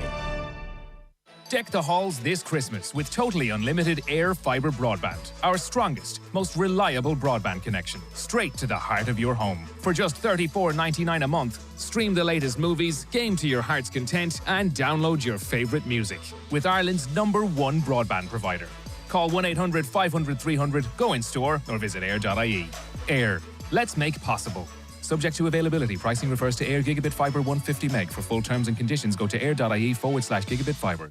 At Dubray, we can help you find the perfect book for everyone. Our half-price book of the week is Fight or Flight by rugby hero Keith Earls. Visit us in Bray, Dublin, Galway, and our new stores in Patrick Street, Cork, and Dundrum Town Centre. Discover more at dubraybooks.ie. Dubray, for the perfect Christmas gift. Your pet is your best pal, but who would look after them if anything happened to you? Join the DSPCA's Pet Guardian programme and enjoy peace of mind in knowing that we'll find a suitable home for your pet if you're no longer there to care for them. Find out more about the DSPCA's Pet Guardian programme or how to make your will for free at dspca.ie. The very first customer that we had in the business is Pat in Supermax. There was 2 of us started the company, and last week we passed 100 people. That might not have occurred had Pat not given us the break. The first product we produced for Pat was a chip seasoning for the French fries. So every French fry that Pat sells has a sprinkle of magic from Spice of Life in Dunmanway. At Supermax, we are proud to work with over 500 Irish suppliers. They give us the best, so we can serve you the best. This Wednesday, December 1st, Aunt Bessie's is celebrating Auntie's Day. It's the perfect excuse to call, text, or pamper that special aunt in your life. To the Irish aunts that made us, happy Auntie's Day from Aunt Bessie's. Are you ready to answer Ireland's call? Stand shoulder to shoulder with the Irish rugby team at this year's Autumn Nations Series. See Ireland take on Argentina this Sunday 2:15 p.m. at Aviva Stadium. Be part of the action. Get your tickets at ticketmaster.ie. How did many small businesses expand across Europe during the pandemic? For Joe Cook, owner of Slovenian cosmetics company Ciccatella, the answer was Facebook. He attributes up to 80% of all sales to Facebook apps and services. He's even planning to expand into new European markets and the US. Learn more about how business across Europe is happening on Facebook at about.fb.com/ie/Europe. Football on Off the Ball. With Sky. Watch Liverpool and Arsenal go head-to-head on Saturday Night Football. Live only on Sky Sports. You're welcome back to Off the Ball Saturday on News Talk. Johnny Ward, Man United are down to 10 men and they're 2-1 down at Watford. I mean, again, you could write many things that could happen in the script here, but Harry Maguire getting sent off after a completely unforced mistake was certainly something that you could quite readily put into any script. He's one-on-one with Cleverly, the ex-Man United player. He kind of... He's not under major pressure, but he just tries to kind of run at him a bit to the left, but he doesn't connect with the ball properly, puts himself under pressure and just poleaxes him straight on. And this is never a challenge you'd make when you're already on a yellow card. And there was this moment then where Maguire goes off and like kind of gives the high five or the low five to Solskjær, and you're just like, there's so much wrong with that, because you have been disgracefully bad at times this season, yet your manager is still kind of happy to give you the... I just kind of summed it up, and they surely can't win now. Well, they surely can't win. They're 2-1 down. Look, it's not over yet. There could be more twists and turns in the tail. Ronaldo actually had a very good chance as well. Van de Beek put him in. Van de Beek's been brilliant. Ronaldo, apart from the goal, has been completely out of form up front. It was a difficult chance, missed it badly, but got to be more goals in the game if nothing else. So Van de Beek scoring to pull one back for United, who went down 2-0 after goals by Josh King and Ismaila Sarr. Sarr also missed a penalty earlier on in the game. So he was called a disgrace by Roy Keane, and I kind of think that's a little bit of pantomime from Roy, but this is not good. Confidence is gone. But they don't seem to be playing for the manager. And if you Tuchel in there, or Conte, who they had the chance to get, and they didn't, and thankfully for Spurs fans like yourself and myself, Shane, Conte's now at Spurs, it is an absolute shambles. It's another good chance for Ronaldo. It's and he's just kind of squaring at the air here, blasting the ground in frustration. And Miguel Delaney's article spoke today inferred that he's just very unhappy with how things are at Man United. But this is a decent chance from around 12 yards. He heads it over. Sancho's been very good as well. A really good cross. It's absolute pantomime, and I'm still not sure what will happen here. But I think Solskjær will be gone if they lose this, because they've been so poor. Yeah, Shane Keegan, it's good fun. Not for your United fan, but for us neutrals, I think it is good fun. Yeah, look, like you said, they certainly always provide entertainment anyway, don't they? That is the one thing. So I suppose, right, it's one thing to say he's gone. So who's in charge by next weekend? Or look, it might take a little bit longer, but who's in charge by the end of the year? I mean, that is the big question. I mean, I'm looking down at the betting here in front of me as we're talking. Brendan Rodgers is still favourite. I don't know, would he be universally accepted by Manchester United fans? I think there'd be a lot of question marks asked probably by them if he did get it. I do like him. I think it is something that could work. Looking down, Zidane second favourite, Pochettino, Eric Ten Hag, Ralph Rangnick, Graham Potter. They're not exactly. Zidane is a big name, obviously. He is probably the one that maybe Manchester United fans would be most happy to see walk in the door. Alan Saint-Maximin has scored for Newcastle. Newcastle 3, Brentford 3. It is also 3-3 between Burnley and Crystal Palace. Aston Villa 0, Brighton 0, Norwich 1, Southampton 1, Wolves 1, West Ham 0. The good news, Man United fans that are listening, it's competition time. Now, thanks to Cadbury, we're giving you a chance to win a pair of tickets to Ireland versus Georgia on the 30th of November. And to enter, send us the question you'd like most to ask Karen Duggan and Olivia Toole using the hashtag OTBCoyGig on your Twitter page. That's OTBCoyGig. The best 2 questions will be put to Karen and Emma on the next CoyGig pod. And if your question is picked, you'll win a pair of tickets. On this week's pod, Kathleen McNamee was joined by a very disappointed Karen Duggan after P-Man's 5-2 loss at home to Galway, which handed Shelburne the Women's National League title. Karen wasn't allowed to wallow though for too long, because Ireland international and Cullen forward Amber Barrett also joined the pod. And while she might be a renowned striker, thanks to Ireland manager Vera Howe, Barrett's been trying things out of her comfort zone in midfield of late too. To be honest with you, I think it was very funny, because I had that conversation with Vera and Anya and Claire Walsh, and a few of them were sitting in one of the tables over, and they were just like, "Oh, what was that about?" And I said, "Girls, she wants to try me in midfield." And I'll just say, Anya gave me a look as if to say, "You're a lot of things, but you're not a midfielder." So, and she may have said a few colourful things as well. But honestly, I think that was it. I think it was a great game to be part of. You're going to go where you're put in a game like that, obviously, happily. Yeah, and I was very lucky. I had Katie behind me and I had Denise beside me. And with them two, one of the things Vera said to me, she goes, "Just do exactly what Denise tells you to do." And the thing is, Denise never stopped talking the whole game. And for me, it was just like, I was just so concentrated. Just don't go out of position. Just stay put. If you're told to go left, go left. If you're told to go right, go right. And I don't think for someone that went in for the first time, I don't think it was the worst game I ever played. I didn't give away any goals, which was the number one aim. But yeah, it was like, to be honest, it was a complete shock. But yourself, like, you played left back a couple of years ago, and you know that when you're asked to go somewhere, you'll do it. So I was very happy to play, and maybe not a future in the midfield just yet. I remember Colin put me in the 10, I think, against Norway, and then absolutely slated me for my positional sense. The whole analysis after, I was like, sound. That was Amber Barrett on this week's episode of the CoyGig Pod on OTB Sports in association with Cadbury FC, official snack partner to the women's national team. And the full episode is available to podcast right now, and every Tuesday on the OTB Sports app. You can watch it as well back on the Off the Ball YouTube channel. Small matter of a cup final as well. Shane Keegan tomorrow, Shelburne against Wexford Youths. Shell's going for the double now under Noel King. They are, yeah, after their I suppose, fair enough to say, unexpected league win last weekend. I mean, a really, even in their most hopeful moments, I really don't think they probably expected P-Mount to drop the points, and certainly didn't once they were 2-0 up.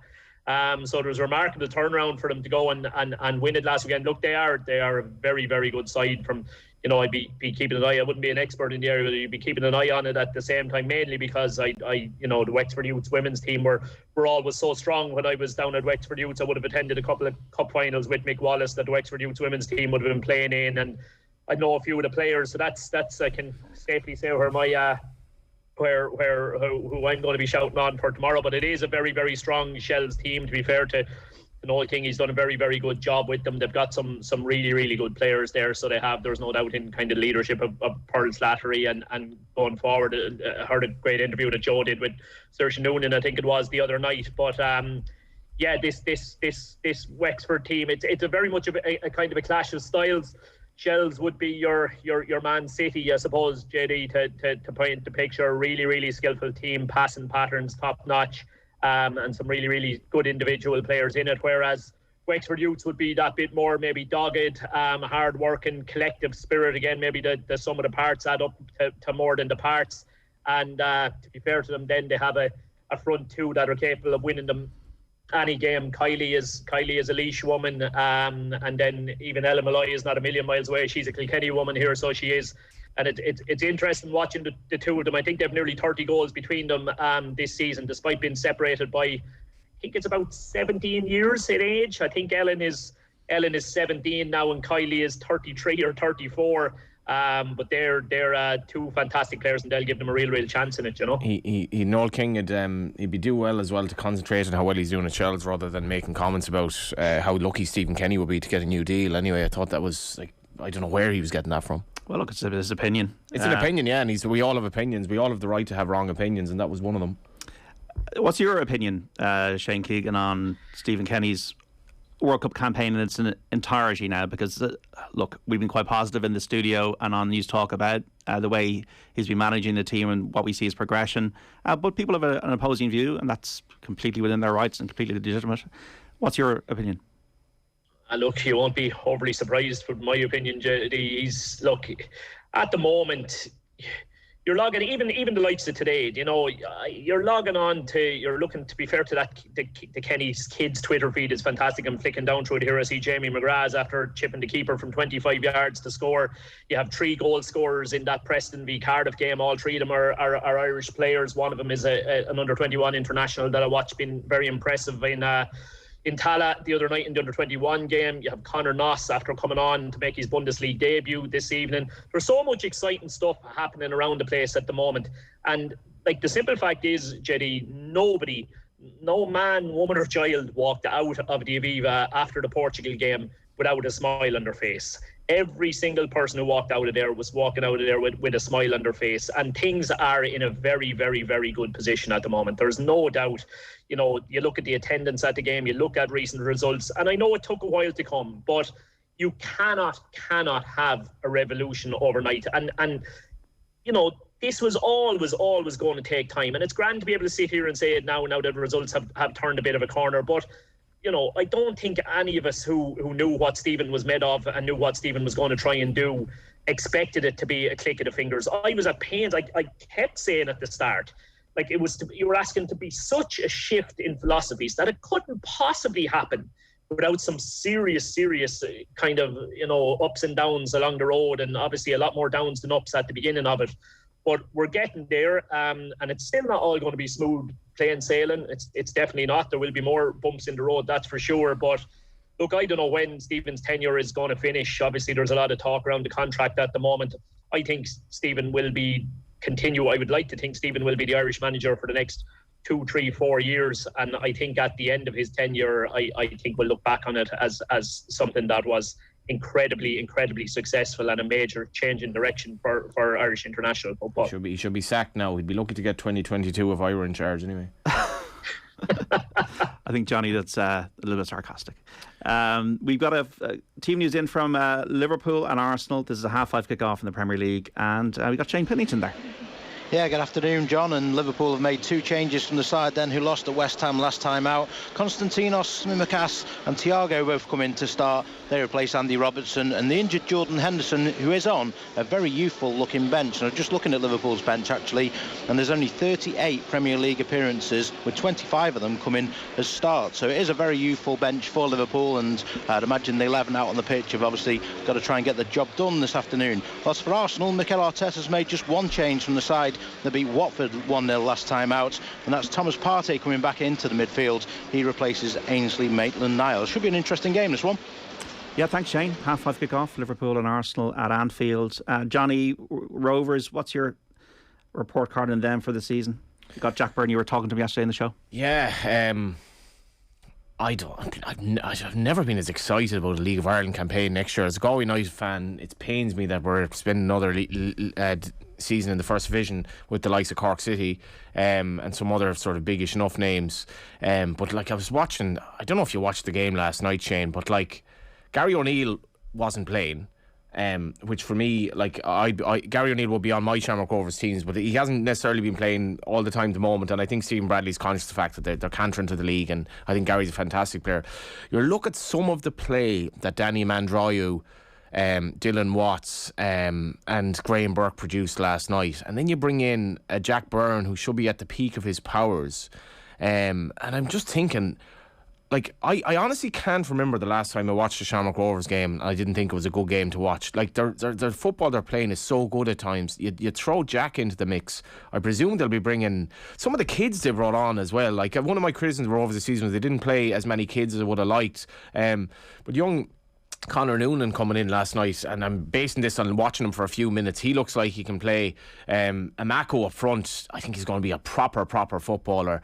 They need a new keeper, I would imagine, at this stage as well. But you see then Will Patching, obviously Patrick McElhenney, Michael Duffy, who didn't play last night in the Dundalk-Derry game, which was very, very interesting. Didn't play. I wonder, did he even want to play against Derry City, who he's obviously joining. And Derry then won the game, guaranteeing them Europe if St. Pat's win the Cup. Shane, like, the next season is going to be insanely good. And anyone watching that game last night, it was a record crowd in Tala. Drogheda more than played their part. I thought there was some really, really good football. Like Graham Burke's goal, the quality of the pass and the first touch, literally world class. And I just enjoyed it so much. But I couldn't but think of 2022 is going to be amazing. Yeah, the goal to grace any league, Johnny, that's for sure. As you say, it is just a competition between which was the best element from it. The pass was sublime, the first touch was sublime as well. It was really, really, it was a comfortable Shamrock Rovers performance. I think on JD's initial question, to be fair to him, I don't know, I really don't think Stephen Bradley has got the credit that he deserves, to be quite honest about it. I mean, it's all well and good to say other teams didn't step up and challenge them enough, but like, I'm not going to say there's difficult personalities in that dressing room, but when you've got that much quality in a dressing room and a lot of, alpha males and big egos and that kind of thing, like, he has managed that whole situation superbly well. Like, you've heard, I remember when he signed Sean Hoare from Dundalk at the start of the year, and Sean Gannon, and I was looking and going, how many centre halves does he have there? Like, they're going to kill each other. You're going to have like one of the top centre halves in the League of Ireland possibly not making the match day squad, because you can't justify 5 centre halves in a match day squad. And then you look at the ridiculous amount of attacking talent that they've got, and now Jack coming back just adds to it as well. To me, it's a real credit to him that there's been so little disharmony or so little talk of anybody throwing their toys out of the pram in that Shamrock Rovers setup this year. And I think he's done a tremendous job in that sense in terms of managing the personalities that are there. You'd like to think they'll have more of a challenge next year, as you say. Derry definitely going to be there. Stevie with another year under his belt at Pats will come even stronger again. Bozel will look to bounce back. Hard to know what's going to happen at Dundalk at the moment, but the league itself could do with a more competitive race. Okay, goals late in the Premier League. Aston Villa 2, Brighton 0. Late goals. Ollie Watkins with the first, and Tyrone Mings with the second. So Stephen Gerrard going to get a win in his first game in charge of Aston Villa. Late goal as well at Carrow Road. Norwich under Dean Smith now leads Southampton by 2-1 with Grant Hanley on the mark. Burnley 3, Crystal Palace 3, Newcastle 3, Brentford 3, Wolves 1, West Ham 0, and it is still Watford 2, Manchester United 1. We're now into stoppage time. I think we could be coming into the stoppage time of the era. Harry Maguire sent off from Man United, who pulled one back through Donny van de Beek, but goals from Josh King and Ismaila Sarr have Watford into the lead, into what they call Fergie time, and Solskjær could be in a bit of trouble here. Just on Rovers there, you were saying, like, surely they need to improve in Europe. Flora Tallinn knocked them out of the Europa Conference League. It's not all wine and roses. That was the sorry to preempt you, Shane, that was the black mark in the season. I think that's why Bradley probably didn't get the credit he deserved, because they absolutely cantered to a league title. You're completely valid about what you're saying about keeping those personalities happy, but again, Shane, they will have regrets about Europe. They will. Yep. No, that's completely fair. That is the black mark. And again, League of Ireland as a whole, not much of an impression made in Europe this year. And that's, again, we're talking up the league, and I think rightly so, because of the individuals that are in it, because of the managerial talent. It's actually a mad season, lads, in that if you look at the 10 teams in the table, I think probably 6 of them have finished the season happy with how their season has gone. If Bohs can win the cup final, I think that takes it up to 7. And if Waterford were to win the playoff, I think that takes it up to 8. I think you've actually only got Longford and Dundalk who will say that they've had disappointing seasons. So, a lot of teams will be very, very happy about how this season went for them. As I say, a lot of managerial talent there, a lot of playing talent there. If a couple of those clubs could go on... Watford have scored, Watford 3, Manchester United 1. That finishes it at Vicarage Road. This is the end, I think. This is the end, my only friend for Ole, I think. I think Shane, I don't know. I think, we've 3 minutes of injury time to go. I think, we saw Joey O'Brien kick a ball for the last time last night, I presume, for Shamrock Rovers. Touching scenes in Tala. Scenes of a different hue here, I think. This has to be the end. Even Man United fans texting me it has to be the end, but I don't think he can get over this, JD. João Pedro has scored. He's come off the bench and he scored for Watford. United, remember, down to 10 men. Harry Maguire sent off after Donny Van der Beek pulled one back. And not going to be happy De Gea. De Gea, yeah. To be fair to him, he did save a penalty in the first half, and he's been probably United's best player the last few weeks. But just split open the defence there, and just beaten at the near post. Watford 3, Manchester United 1, and surely Ole Gunnar Solskjær, who looks glum as he always seems to recently on the touchline, knows that it could be a long trip back to Manchester. Lindelof's defending there. I mean, I actually can't describe how bad it is. He's really, really worried about not giving away a handball, so he's almost just invited him to shoot. This is a thing. The dysfunction of this team is quite incredible. And Shane, I know you're saying there's nobody to take the job, but a caretaker manager couldn't do any worse. Look, I'm not saying that obviously they will look to bring in somebody who will do better, and I think it's very important to get that decision right. I just don't. I wouldn't be expecting dramatic improvement until they can get some better players in. Yeah, it's a disappointing day for this could be 4. Watford go into the box again. They're 3-1 up in stoppage time here. A bit like the Everton game. They're continuing to go for it. They scored 5 at Goodison, 3 today, and Ranieri has got another win. But I don't think it's really about Watford or Ranieri, to be honest. I just think that Manchester United have completely collapsed here. They have. They've collapsed as a team, and look, the writing's on the wall. And this is all about top 4, and this is all about getting into Europe. They're not going to make top 4, do you know? And if they get a new manager in, they could have got Conte in there. Can I just say before we finish up, to try to implore football fans in the Dublin region and League of Ireland fans generally. The last I heard, I think 25,000 tickets had been sold for the FAI Cup Final on Sunday week. And I know there are a lot of League of Ireland fans who don't support St. Pat's or Bohemians. I was at all Bohs games in Europe this season. I follow all League of Ireland teams in Europe. I want the League of Ireland to do well. Get yourself a ticket. It's €15. Let's try and sell the Aviva Stadium out, and let's show the potential for Irish football next Sunday. We've 2 terrific football teams. You'll be guaranteed it'll be a good game of football. 2 managers who've done really well in the game so far. Really bright young prospects. Some players probably playing their last games for both clubs, particularly Bohemians. And whether you support Bohs or Pats or anyone else, get out and pay in your €15. Enjoy the day out. It should be a day of celebration in the League of Ireland, and you might get to meet me and Shane Keegan. Well, join us in Coppers that night, maybe, Jenny. Well, before 12 o'clock. Remember the curfew, folks. Yeah. Shane, thank you. Cheers, lads. And thank you, Johnny.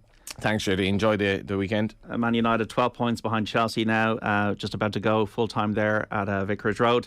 Premier League scores, great win for Stevie G, 2-0 for Aston Villa against Brighton, finished Burnley 3, Crystal Palace 3, Norwich 2, Southampton 1 as a full time, and Wolves 1, West Ham United 0, and earlier on Leicester 0, Chelsea 3. Watford have another scored. One, JD. They've scored again, could you believe it? The shirt goes off there, just trying to see who the scorer is. Watford now 4 goals to 1 up against Manchester United. That is pretty... the ignominy from Emmanuel Dennis has got the 4th goal, and Solskjær is on the touchline there. And that pretty much is it. That is it. Yeah, that is it, you'd have to say. it can be really impossible to turn it around. The Irish women have beaten Japan as well, 15-12 at the RDS in that Rugby International. We got to leave it there. Don't forget Off the Ball, back tomorrow from 1 until 7 with Joe Malloy. We'll showcase 2 live and exclusive Premier League commentary games. First up, Manchester City against Everton. Nathan Murphy and Vinnie Perth calling that one. Then Jessica Farry and Brian Kerr describing the action as Tottenham Hotspur play Leeds. That is all here on the FM on News Talk from 1. We're starting the day with the digital and social channels from 11:30, the Sunday paper review with Dan McDonnell and Sean McGoldrick. So be sure to tune in and check out the podcasts for any of the content from this afternoon, the panel, and also Manchester United losing to Watford by 4-1, and surely the end now for Ole Gunnar Solskjær. We'll speak tomorrow. Bye-bye.